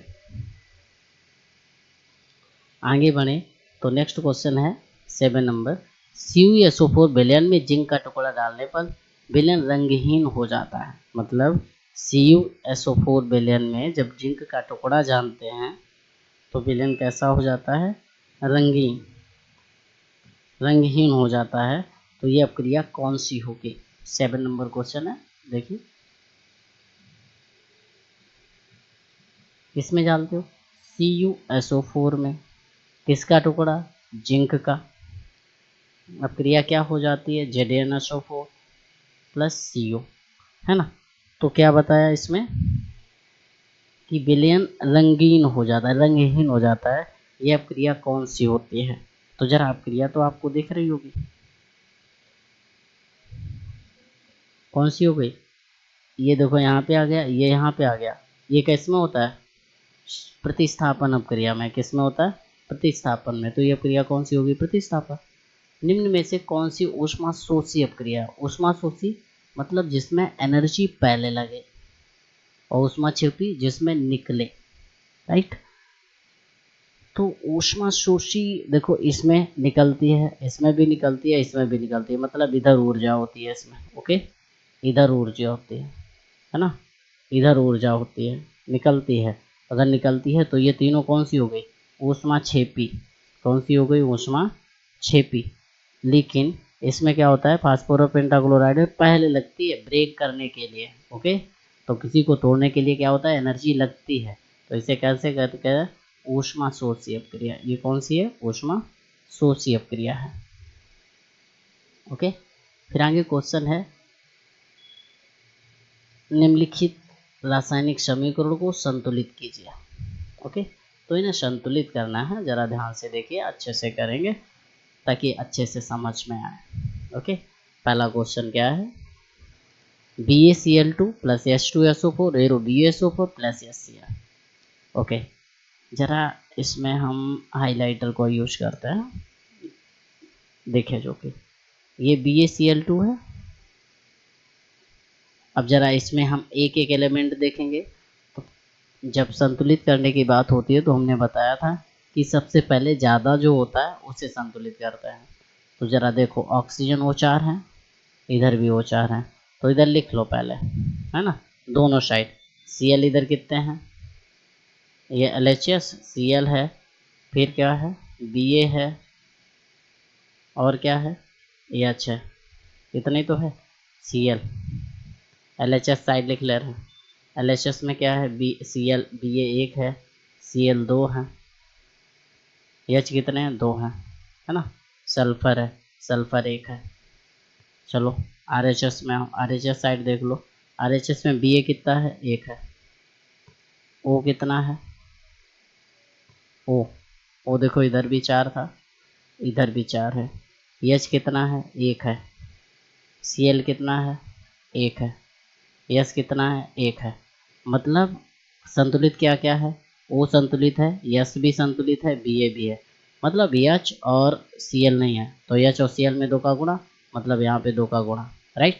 अब 2 का गुणा तो ये संतुलित हो गई, क्या हो गई, संतुलित। ये 2 का गुणा हो गया, आया कुछ, 2 का गुणा, ओके। तो ये संतुलित हो गए। फिर इसी तरीके से दूसरी और करनी है ना। ये पहली वाली की थी, अब दूसरी करते हैं। अब सेकेंड नंबर जब करेंगे तो सेकेंड में क्या क्या चेंज करेंगे, जरा देख लीजिए।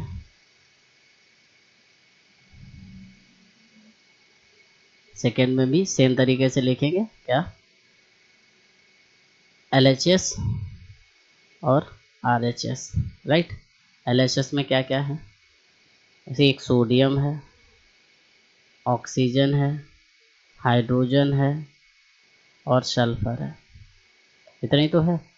तो देखो सोडियम कितना है, 1, LHS में 1 है, ऑक्सीजन कितना है, 1 और 4 5,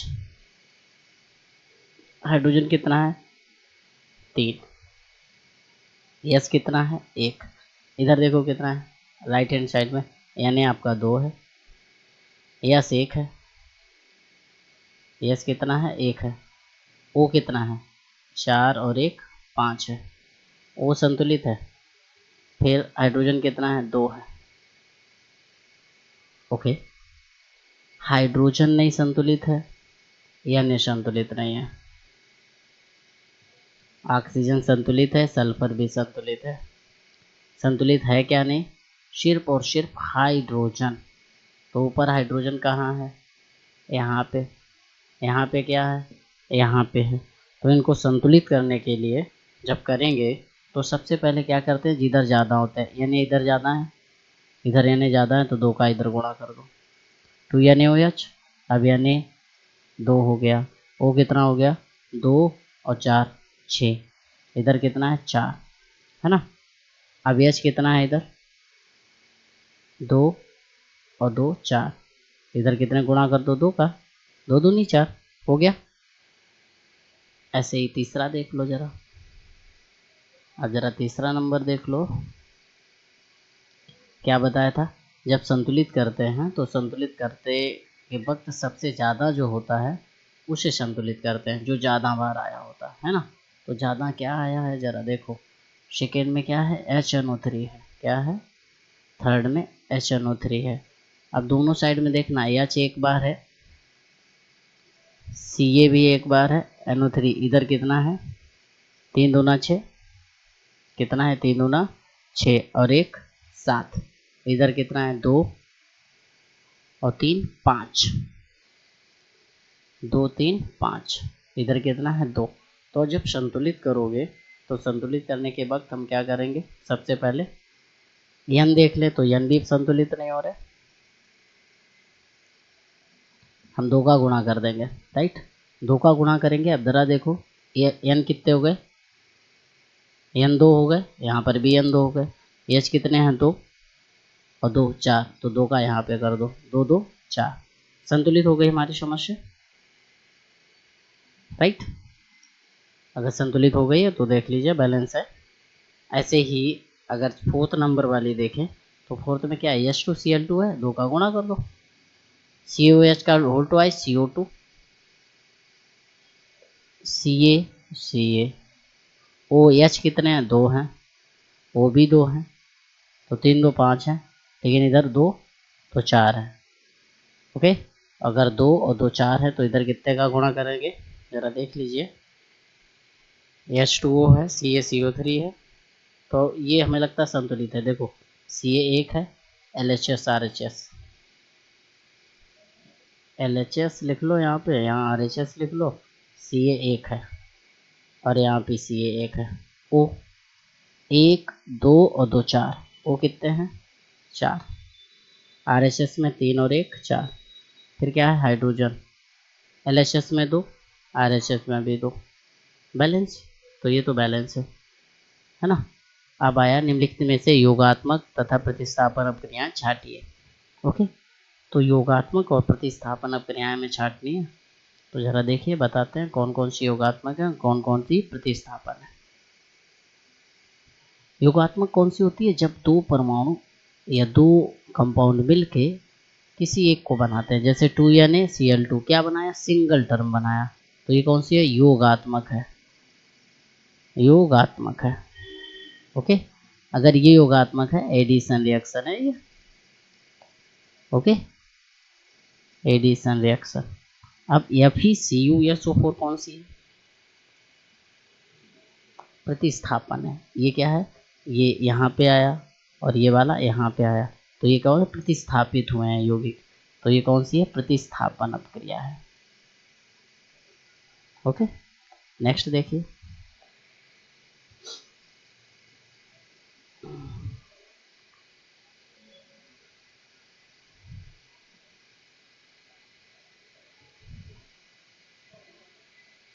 काशी वाले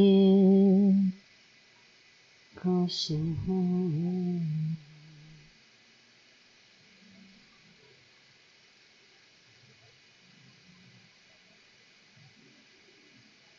ओके, देखिए अगर इस क्वेश्चन को देखा जाए तो इसमें क्या है CH4 और Cl2 है, इसमें क्या हो रहा है ये इसे हम लिख सकते हैं CH3 और H प्लस Cl और Cl, है ना।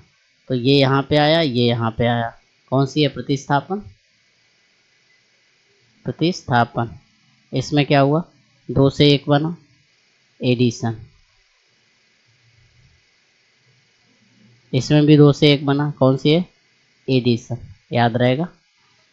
अब अगला क्या क्वेश्चन आया, तीसरा, यदि रासायनिक समीकरणों में अभिक्रिया अभिकारकों तथा उत्पादों के मध्य ये चिन्ह लगाओ, ये चिन्ह लगा हो तो अपक्रिया किस प्रकार की होगी। देखो ये चिन्ह लगा है तो उत्क्रमणीय होगी।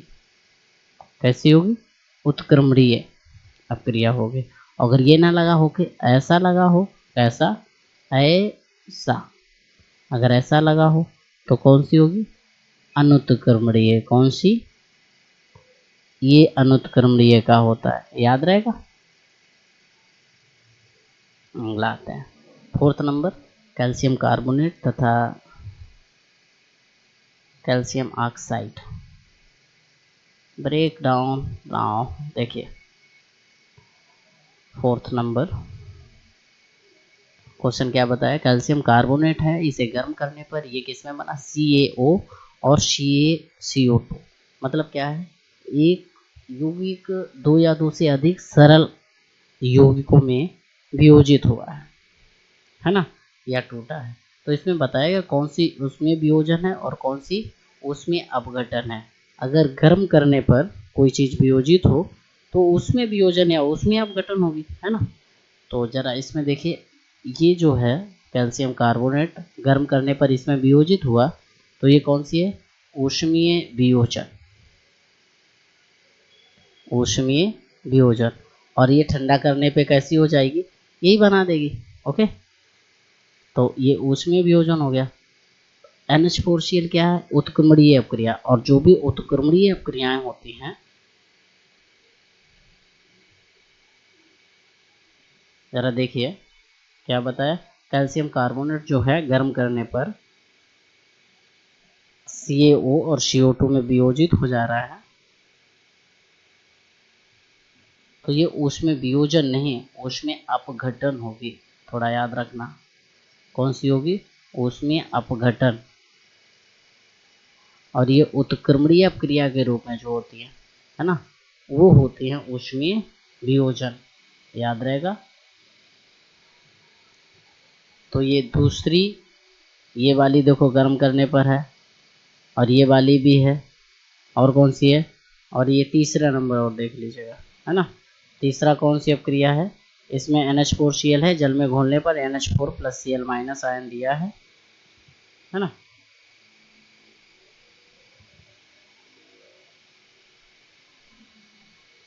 दूसरी और ये चौथी, ये दोनों कौन सी बन रही हैं, देखो उत्क्रमणीय हैं। कौन सी हैं, उत्क्रमणीय अपक्रिया हैं। तो ये ऊष्मीय वियोजन है, कौन सी है, ऊष्मीय वियोजन, याद रहेगा। दूसरी और चौथी क्या बना रही है, ऊष्मीय वियोजन बना रही हैं। दूसरी और चौथी अपक्रिया दोनों ऊष्मीय वियोजन बना रही हैं। और ये पहली और पांचवी क्या बना रही हैं, ये ऊष्मीय अपघटन बना रहे हैं। क्या, ऊष्मीय अपघटन, ऊष्मीय अपघटन बना रही है। ओके, अब बची कौन सी है, एक बीच वाली, है ना। ये जो बीच वाली है ये आपकी उत्क्रमणीय अपक्रिया है, उत्क्रमणीय है, ठीक है, याद रहेगा।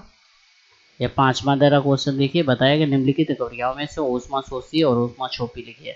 देखो अगर ऊष्मा इधर माइनस लगा है, माइनस का मतलब इधर जाएगा किस में हो जाएगा, प्लस में। मतलब इधर को इसे उठा के इधर ले आए तो क्या लिखोगे, प्लस 136.8 किलो कैलोरी। और इधर अगर जुड़ता है तो कौन सी है, ऊष्मा छेपी। कौन सी है, ऊष्मा छेपी। अब ये माइनस का है, अगर माइनस का है तो इधर ले आओ। ओके, अगर इधर ले आओगे तो किस में हो जाएगी, इसको इधर ले आओ, इधर ले आओगे प्लस में हो जाएगा। और जैसे ही प्लस में होगा तो कौन सी हो जाएगी, यहाँ पे जुड़ जाएगा 42 किलो कैलोरी। इसका मतलब ऊष्मा शोषी, ऊष्मा शोषी। ये माइनस और प्लस का याद रखिएगा, ये चिन्ह जो है एरो वाला ये आपका बराबर के इक्वल होता है। ये कौन सी है? ऊष्मा क्षेपी, ऊष्मा क्षेपी। ये कौन सी है? ऊष्मा शोषी। याद रहेगा आप? तो आप समझ में तो आ गया होगा कौन कौन सी है। देखो पहली ये ऊष्मा क्षेपी थी, दूसरी ऊष्मा शोषी थी, तीसरी और फिर ऊष्मा क्षोपी है, चौथी फिर ऊष्मा शोषी है। ओके, कर लीजिएगा, फिर आगे बढ़ते हैं। ओके, करिए जल्दी से।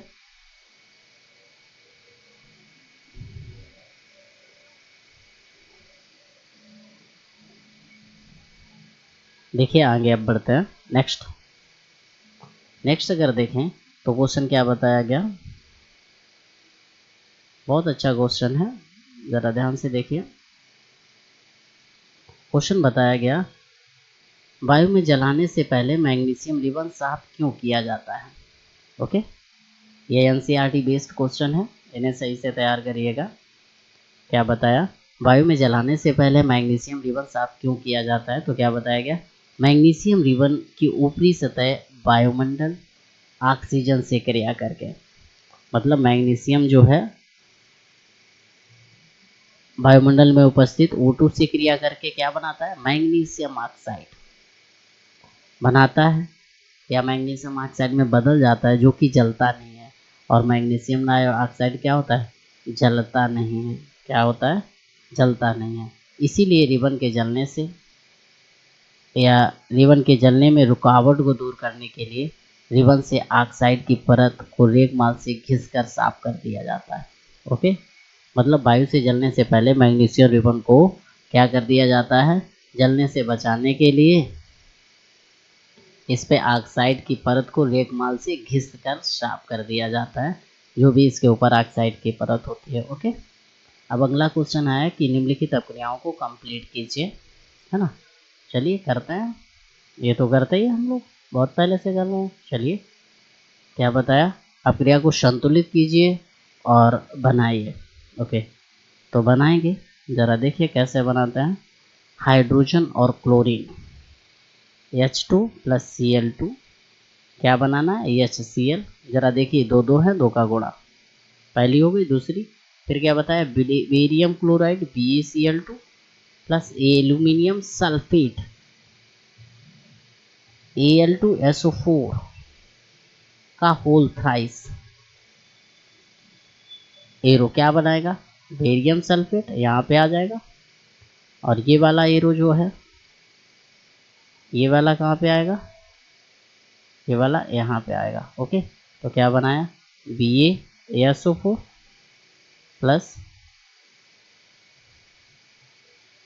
AlCl3, है ना। अगर एरो की कंबाइनिंग देखा तो एरो थोड़ा सही से लगाएंगे, इस टाइप से। ज़रा देखिए इस टाइप से, जो Ba की जगह पे है, Ba की जगह पे हम किससे लाना चाहते हैं? Ba की जगह पे इसे लाए, है ना, और एल्यूमिनियम की इसे इंटरचेंज कर दिया। अब संतुलन देख लो, BaSO4 मतलब SO4 कितने हैं? 3, तो 3 का गुणा कर दो। 3 का जैसे ही गुणा करोगे तो Ba कितने हो गए? 3, तो 3 का इधर भी कर दो। 3 BaCl कितने हो गए? 3 दूनी 6। ओके, अब Al कितने हैं? 2, तो यहाँ पे 2 का कर दो, 2AlCl3 संतुलित होगी। ओके, तो कर लीजिएगा, ऐसे ही संतुलन होगा। आगे देखिए नेक्स्ट क्या है, थर्ड नंबर जो क्वेश्चन है आपका वो भी बहुत अच्छा है। सोडियम यानी कि जल से अपक्रिया HOH क्या बनाना है? NaOH और हाइड्रोजन H2। संतुलन देखो तो हम 2 का भाग कर देंगे। ओके, क्या कर देंगे? 2 का भाग, या फिर 2 का गुणा भी करके कर सकते हो। ओके, तो यहाँ से ये संतुलन हो गया। आगे देखिए फिर क्वेश्चन करते हैं, लिख लीजिएगा। नेक्स्ट बढ़ते हैं आगे।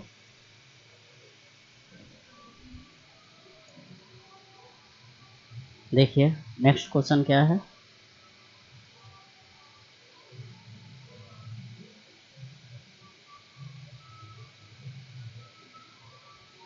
क्या क्वेश्चन में बताया गया? क्वेश्चन में बताया गया निम्नलिखित प्रक्रियाओं के लिए उनकी अवस्था के संकेतों के साथ संतुलन रासायनिक समीकरण लिखिए। जैसे कि पहला बताया जल में बेरियम क्लोराइड, देखिए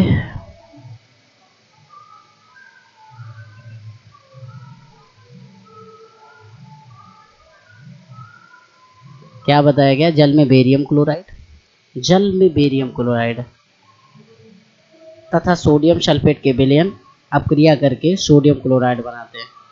जल में बेरियम क्लोराइड और सोडियम सल्फेट, बेरियम क्लोराइड और सोडियम सल्फेट आपस में अपक्रिया करके क्या बनाते हैं। अब ये प्लस है, अरे कुछ नहीं, इंटरचेंज कर दो, आयन को एक्सचेंजमेंट कर दो, हो जाएगा। जैसे आयन का एक्सचेंजमेंट, इसका इधर इसका इधर, ओके। क्या बनाएगा 2NaCl प्लस BaSO4, क्या हो जाएगा BaSO4, ओके। तो बेरियम सल्फेट बन जाएगा, ओके। तो ये संतुलन है और इसी टाइप से करेंगे। नेक्स्ट क्वेश्चन है इसी का सेकेंड, सोडियम हाइड्रोक्साइड का विलयन, sodium hydroxide NaOH, sodium hydroxide का विलयन में हाइड्रोक्लोरिक अम्ल, हाइड्रोक्लोरिक क्या होता है HCl, रिएक्शन करोगे तो H और OH मिलकर क्या बनाएगा H2O, और N और Cl क्या बनाएगा NaCl, ओके। तो ये क्या हो गया, संतुलन हो गया, लिख लीजिएगा। फिर आगे बढ़ते हैं। चौथा नंबर देखिए, फोर्थ नंबर में क्या बताया गया, फोर्थ में बताया गया किसी पदार्थ X के विलयन का उपयोग सफेदी करने के लिए होता है, पदार्थ X का नाम और इसका स्रोत बताइए। अगर सफेदी करने के लिए होता है तो सफेदी करने के लिए ज़्यादातर क्या होता है, चूने का यूज, है ना। तो चूने का नाम क्या होता है, चूने का सूत्र क्या होता है, चूने का सूत्र होता है कैल्शियम ऑक्साइड CO। फिर क्या बताया, ऊपर एक में लिखे पदार्थ X की जल से अपक्रिया कराइए, मतलब CaO की H और OH से अपक्रिया, जल को यही बोलता है, अपक्रिया कराओगे एडिशन रिएक्शन हो जाएगी, याद रखिएगा। CaOH का होल ट्वाइस मतलब बुझा हुआ चूना बन जाएगा, ओके।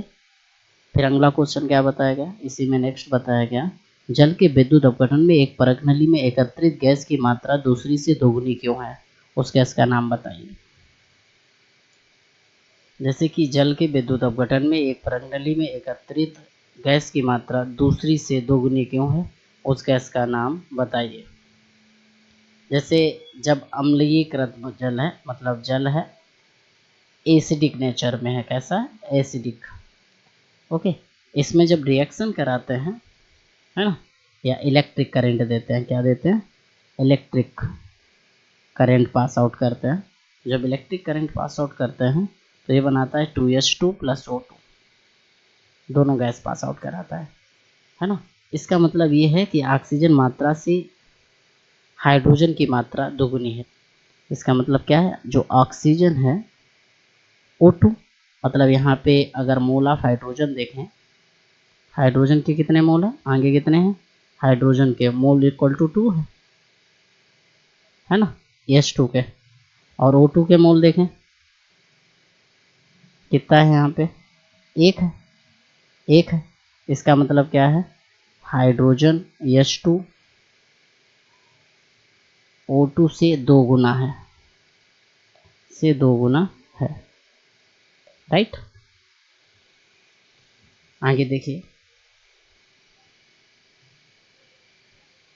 नेक्स्ट क्वेश्चन में क्या बताया गया, इसे लार्ज कर लेते हैं थोड़ा साइज।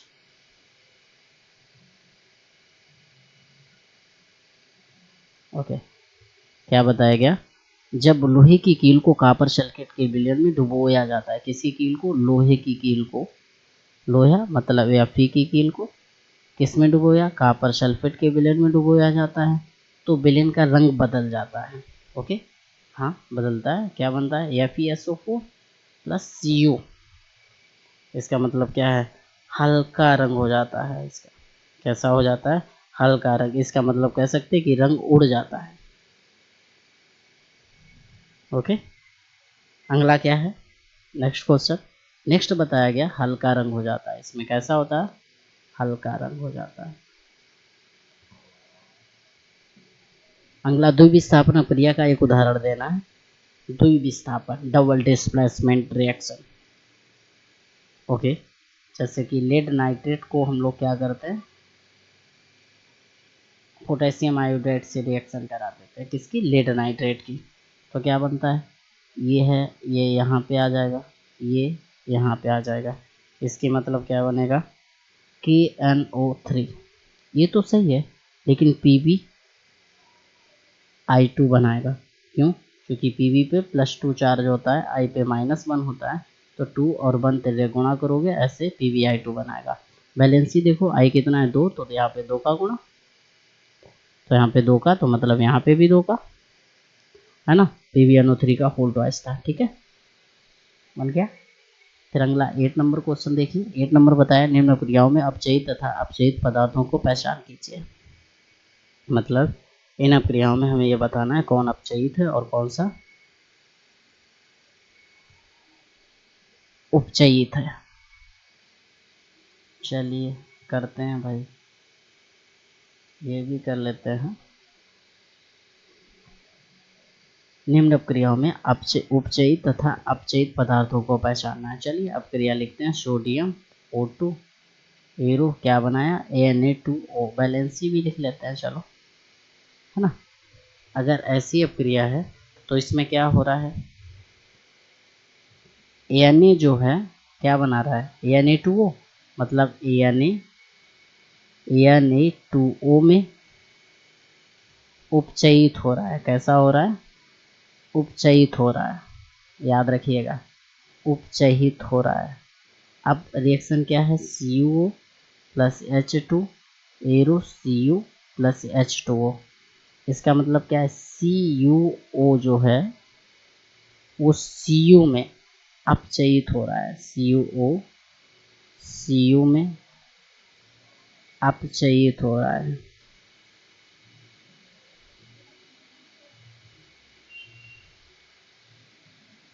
और H2 जो है H2O में उपचयित हो रहा है। क्या हो रहा है, ये उपचयित हो रहा है। मतलब कहने का क्या है, आपको बताया था कि अगर किसी अपक्रिया में ऑक्सीजन ऐड हो तो वो अपचयन होता है, और अगर ऑक्सीजन निकले, नहीं, अगर ऑक्सीजन जुड़े तो ऑक्सीकरण होता है, और ऑक्सीजन निकले तो अपचयन होता है। तो मतलब जब ऑक्सीजन जुड़ेगा किसी में तो उपचयित हो रहा होगा, और जब ऑक्सीजन हट जाएगा तो अपचयित हो रहा होगा। ओके, आगे की देखिए। नेक्स्ट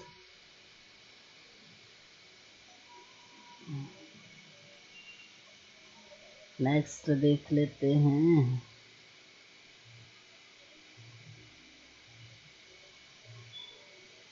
क्या बताया गया, नीचे दी गई अपक्रिया के संबंध में कौन सा कथन सत्य है। चलिए बताते हैं कौन सा कथन सत्य है।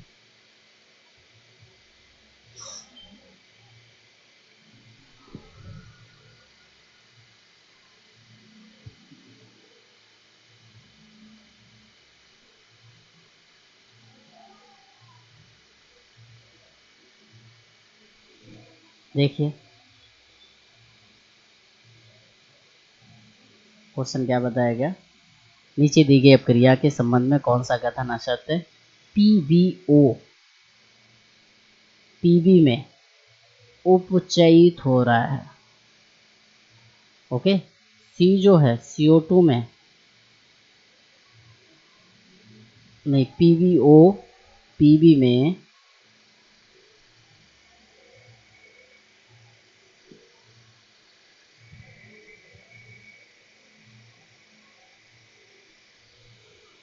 जो सी है वो CO2 में भी उपचयित, मतलब कहने का क्या है, ये ए व बी ऑप्शन जो है, सीसा अपचयित हो रहा है, ये भी गलत है, और कार्बन डाइऑक्साइड उपचयित हो रहा है, ये भी गलत है। ओके, इसका मतलब ए व बी ऑप्शन दोनों कैसे हैं, इनकरेक्ट है। तो इसके मतलब पहला वाला ऑप्शन करेक्ट होगा, A option is correct. Okay. इस पे टिक आप मार लीजिएगा। मतलब क्या है, PbO में अगर Pb बन रहा है तो इसका मतलब क्या है, कार्बन अपचयित हो रहा है, उपचयित हो रहा है। ओके, और C से CO2 बन रहा है, मतलब लेड ऑक्साइड अपचयित हो रहा है। तो इसमें पहले और दूसरे ऑप्शन दोनों इनकरेक्ट है, असत्य है। अगला क्वेश्चन देखिए दूसरा, बताएगा FeTO3 2Al2O3 Fe, मतलब इसमें आयन का एक्सचेंजमेंट हो रहा, मतलब ये वाला इसकी जगह, ये वाला इसकी जगह आ रहा है। तो ये कौन सी अपक्रिया थी? देखो विस्थापन, द्विविस्थापन हो नहीं सकती है, जो कि डबल आयन एक्सचेंजमेंट होने चाहिए, हो नहीं सकती है, संयोजन है नहीं, है ना। विस्थापन हो सकती है, डिस्प्लेसमेंट रिएक्शन हो सकती है, तो डिस्प्लेसमेंट रिएक्शन हो जाएगी। वियोजन हो नहीं सकती, चूंकि वियोजन में एक कंपाउंड एक से अधिक कंपाउंडों में ब्रेक होता है। अगला देखिए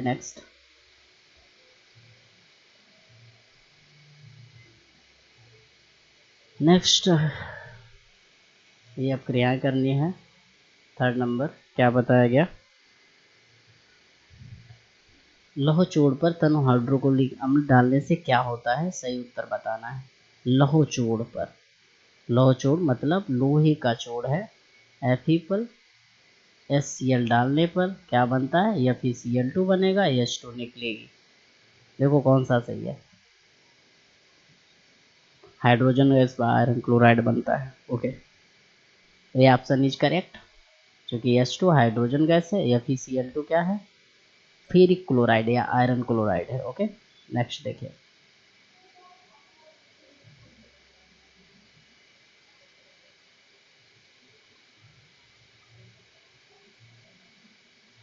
अगला क्वेश्चन बताएगा संतुलित रासायनिक समीकरण क्या है।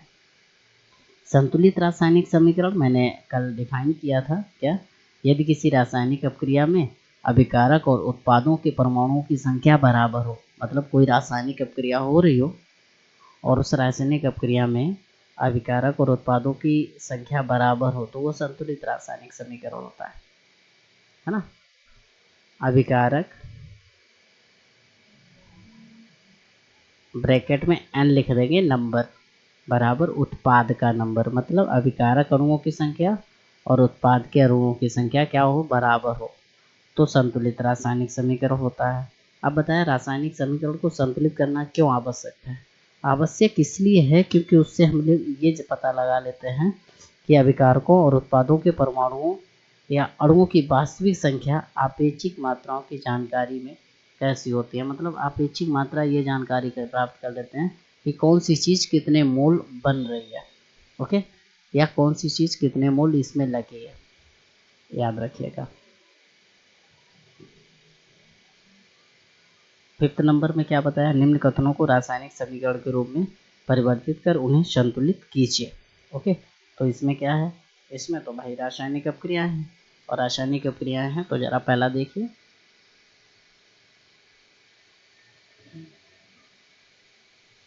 पहला क्या बताया, नाइट्रोजन हाइड्रोजन गैस से संयोग करके अमोनिया बनाती है। चलो बना दो, 2NH3 अमोनिया। ओके, 3 का गुणा कर दो, पहला हो गया।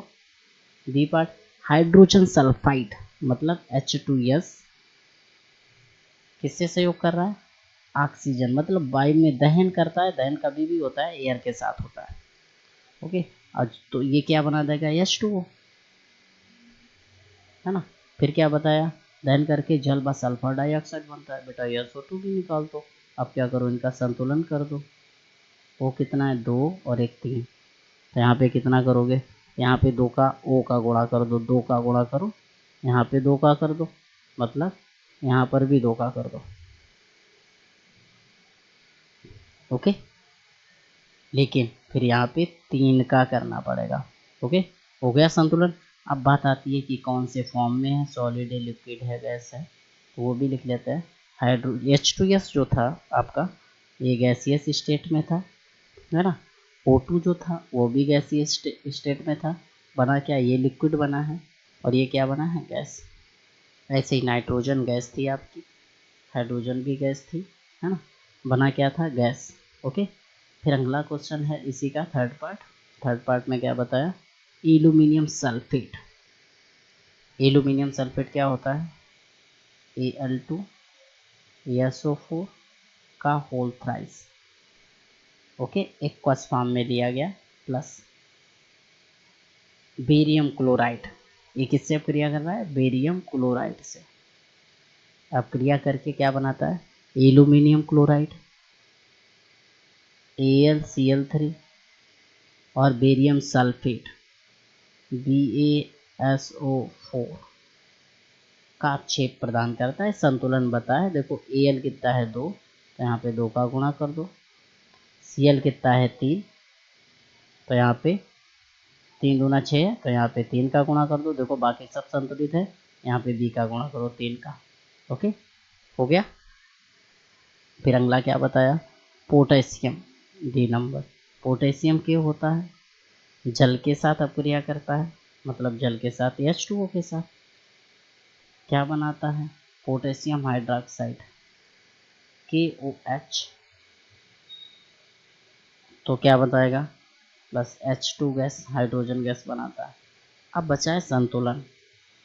जरा बताओ H कितना है? 2 है, लेकिन यहाँ पे K 1 है, मतलब कहने का है 2K कर लो, यहाँ 2KOH कर लो, संतुलित हो जाएगी। ओके, अगर फॉर्म देखिए कौन एक्वस है कौन सॉल्यूशन में, तो ज़रा वो भी लिख लेते हैं। ये है आपका सॉलिड फॉर्म में, ये लिक्विड फॉर्म में, ये एक्वस फॉर्म में, ये गैसियस फॉर्म में। ओके, तो कर लीजिएगा, फिर आगे बढ़ते हैं। देखिए अगला बताया निम्न रासायनिक समीकरणों को संतुलित कीजिए। ओके, तो देखिए ज़रा, अगर निम्न रासायनिक समीकरण को संतुलित करने की बात करें तो ज़रा कर लेते हैं एक बार।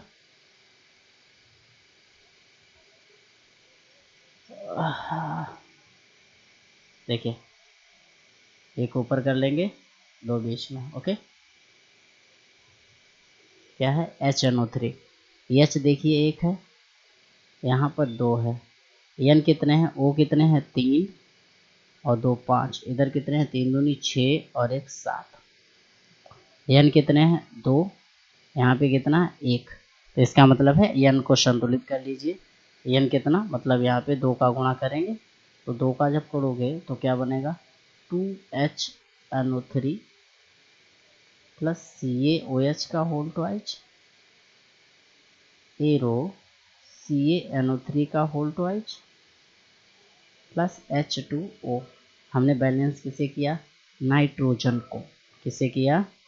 नाइट्रोजन को। यहाँ पे देखो ये नाइट्रोजन 2 था, इसे बैलेंस किया। तो अब ज़रा आगे देखो, इसे अगर और करना है तो अभी नाइट्रोजन आपका बैलेंस हुआ 2। अब नाइट्रोजन होने के बाद फिर किसे करना है? इसके बाद करना है हमें दोनों साइड में। देखो कैल्शियम 1 है, ऑक्सीजन 3 दूनी 6 और 2 8 है, 3 दूनी 6 और 1 7 है, मतलब 2 8 है, 2 का गुणा कर दो। अब जरा देखो सारा बैलेंस है ना? अगर सारा बैलेंस है तो यही बैलेंस रिएक्शन है। ए वाली हो गई। बी नंबर देखो, बी क्या है? Na है, Na 2 है, Na अगर 2 है तो 2 का इधर गुणा कर दो। कितने का? 2 का, है ना? अब 2 का जैसे गुणा किया तो 2Na हो गया। अरे यार ब्लैक से करता है, कितने का? 2 का गुणा किया, 2 का जैसे किया Na 2 हो गए, वो कितना हो गया? 2 और 4 6, 4 और 2 6, मतलब 2 का यहाँ कर दो, हो गया बैलेंस। ये भी Na कितना है? Cl, Na 1 है, Ag 1 है, Ag 1 है, Cl 1 है, Cl 1 है, NO3 है, NO3 है, बैलेंस है ना? तो ये भी बैलेंस हो गई, ये भी बैलेंस हो गई। Ba कितना है? 1 है, SO4 कितना है? 1 है, H कितना है? Cl कितना है?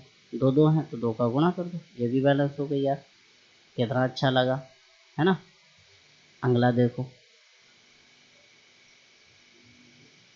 आगे क्या बताया इन्होंने?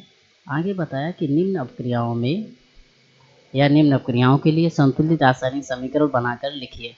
कैल्शियम हाइड्रोक्साइड CaOH का होल ट्वाइस होता है, सूत्र।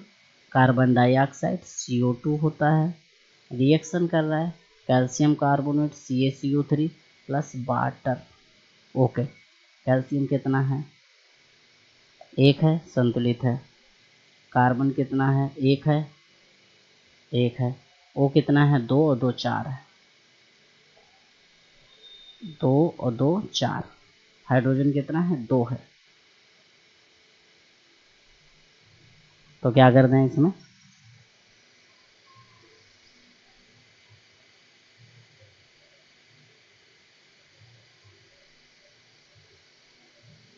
देखो बैलेंस होगी वैसे। CO3 3 1 4, हाँ ऑक्सीजन 4 है, ऑक्सीजन कितना है 3 और 1 4 है, कार्बन भी, तो ये तो बैलेंस है ए वाली, सही है। बी नंबर देखो, जिंक जेडेन सिल्वर नाइट्राइड से AgNO3 से रिएक्शन करता है, क्या बनाता है, यहाँ पे ये आ जाएगा, ये यहाँ पे आ जाएगा, क्या, जिंक नाइट्रेट ZnNO3, याद रखिए ZnNO3 का होल ट्वाइज बनाएगा आप ये, ओके। और Ag+2 होता है तो AgNO3 का होल ट्वाइज होगा ना, Ag लेकिन प्लस होता है, प्लस Ag, ओके। तो लेकिन यहाँ पे क्या बनाएगा, ज़रा बैलेंस ही कर लीजिएगा, तो AgNO3 का 2 का गुणा कर देंगे, 2 का यहाँ पे कर देंगे। सी नंबर देखिए, सी क्या है, एल्यूमिनियम, ए है, किससे कर रहा है, कॉपर क्लोराइड CuCl2 से, बनाता क्या है, aluminium chloride AlCl3 plus copper find out होता है, बैलेंस ही, Cl 3 है, ये 2 है, तो इधर कितने कर दें 3 का, इधर कितने कर दें 2 का, तो यहाँ पे 2 ही है, okay.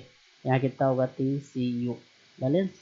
D number, barium chloride BaCl2 plus potassium iodide, potassium sulphate क्या होता है K2SO4, रिएक्शन क्या बना रहा है, बेरियम सल्फेट, भाई बेरियम सल्फेट का सूत्र क्या होता है, यही होता है, प्लस पोटेशियम क्लोराइड क्या होता है KCl होता है, बैलेंस करो, BaSO4 KCl 2 है, 2 का गुणा कर दो, संतुलित हो गई भाई, लिख लो जल्दी से, जल्दी करो फिर आगे बढ़े, ओके।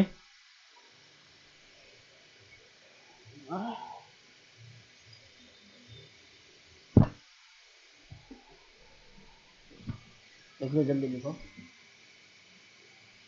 नेक्स्ट देखो फिर, ओके।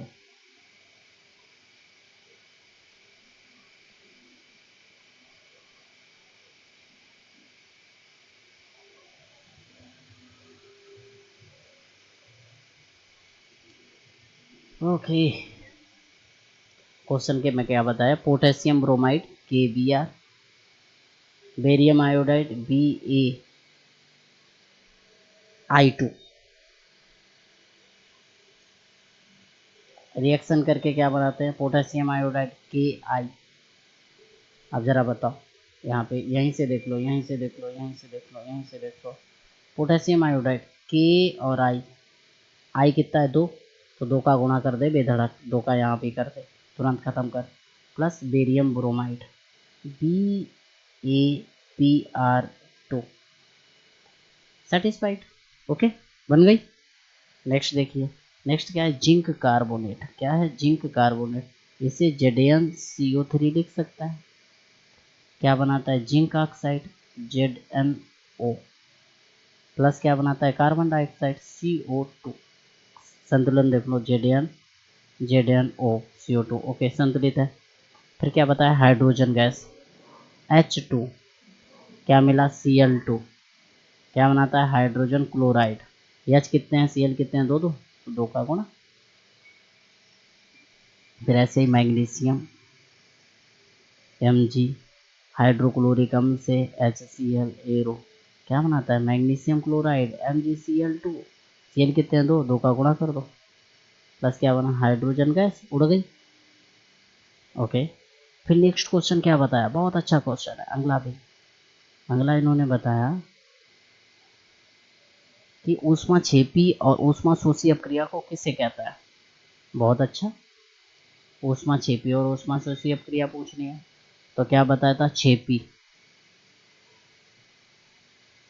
ऊष्मा उत्सर्जित होती है, ऊष्मा कैसी होती है, उत्सर्जित होती है, ऊष्माक्षेपी अपक्रिया क्या होती है, ऊष्मा उत्सर्जित होती है। और शोषी, ऊष्मा शोषी में क्या होता है, ऊष्मा का शोषण होता है, मतलब ऊष्मा शोषित होती है ना। अगर एग्जाम्पल की बात करें तो एग्जाम्पल ज़रा देख लीजिए, जैसे मेथेन गैस है, वायु की उपस्थिति में O2 गैस क्या बनाता है, CO2 गैस प्लस वाटर बना देता प्लस क्या ऊष्मा निकालता है ना। अगर ऊष्मा निकालता है तो कौन सी हो गई, ऊष्मा क्षेपी। कौन सी है, ऊष्मा क्षेपी। ओके, अब बात आती है ऊष्मा शेषी कौन सी है। तो ऊष्मा शोषी के लिए देखें, जैसे कि कैल्शियम कार्बोनेट है, गर्म करोगे, गर्म करने पर है ना, गर्म करने पर या ऐसे लिखते हो CaCO3 प्लस क्या दी, ऊष्मा दी, फिर ब्रेक हुआ किस में, CaO और CO2 में। तो ये क्या हुआ, यहाँ पे ऊष्मा शोषी है, मतलब ऊष्मा शोषी, ऊष्मा पहले लगी, बना क्या CaO प्लस CO2। कहने का मतलब है जहाँ ऊष्मा का शोषण होता है वहाँ ऊष्मा शोषीय क्रिया होती है, और जहाँ ऊष्मा उत्सर्जित होती है ऊष्मा क्षेपीय क्रिया होती है। राइट, लिख लीजिएगा, फिर आगे बढ़ते हैं। ओके, जल्दी करिएगा।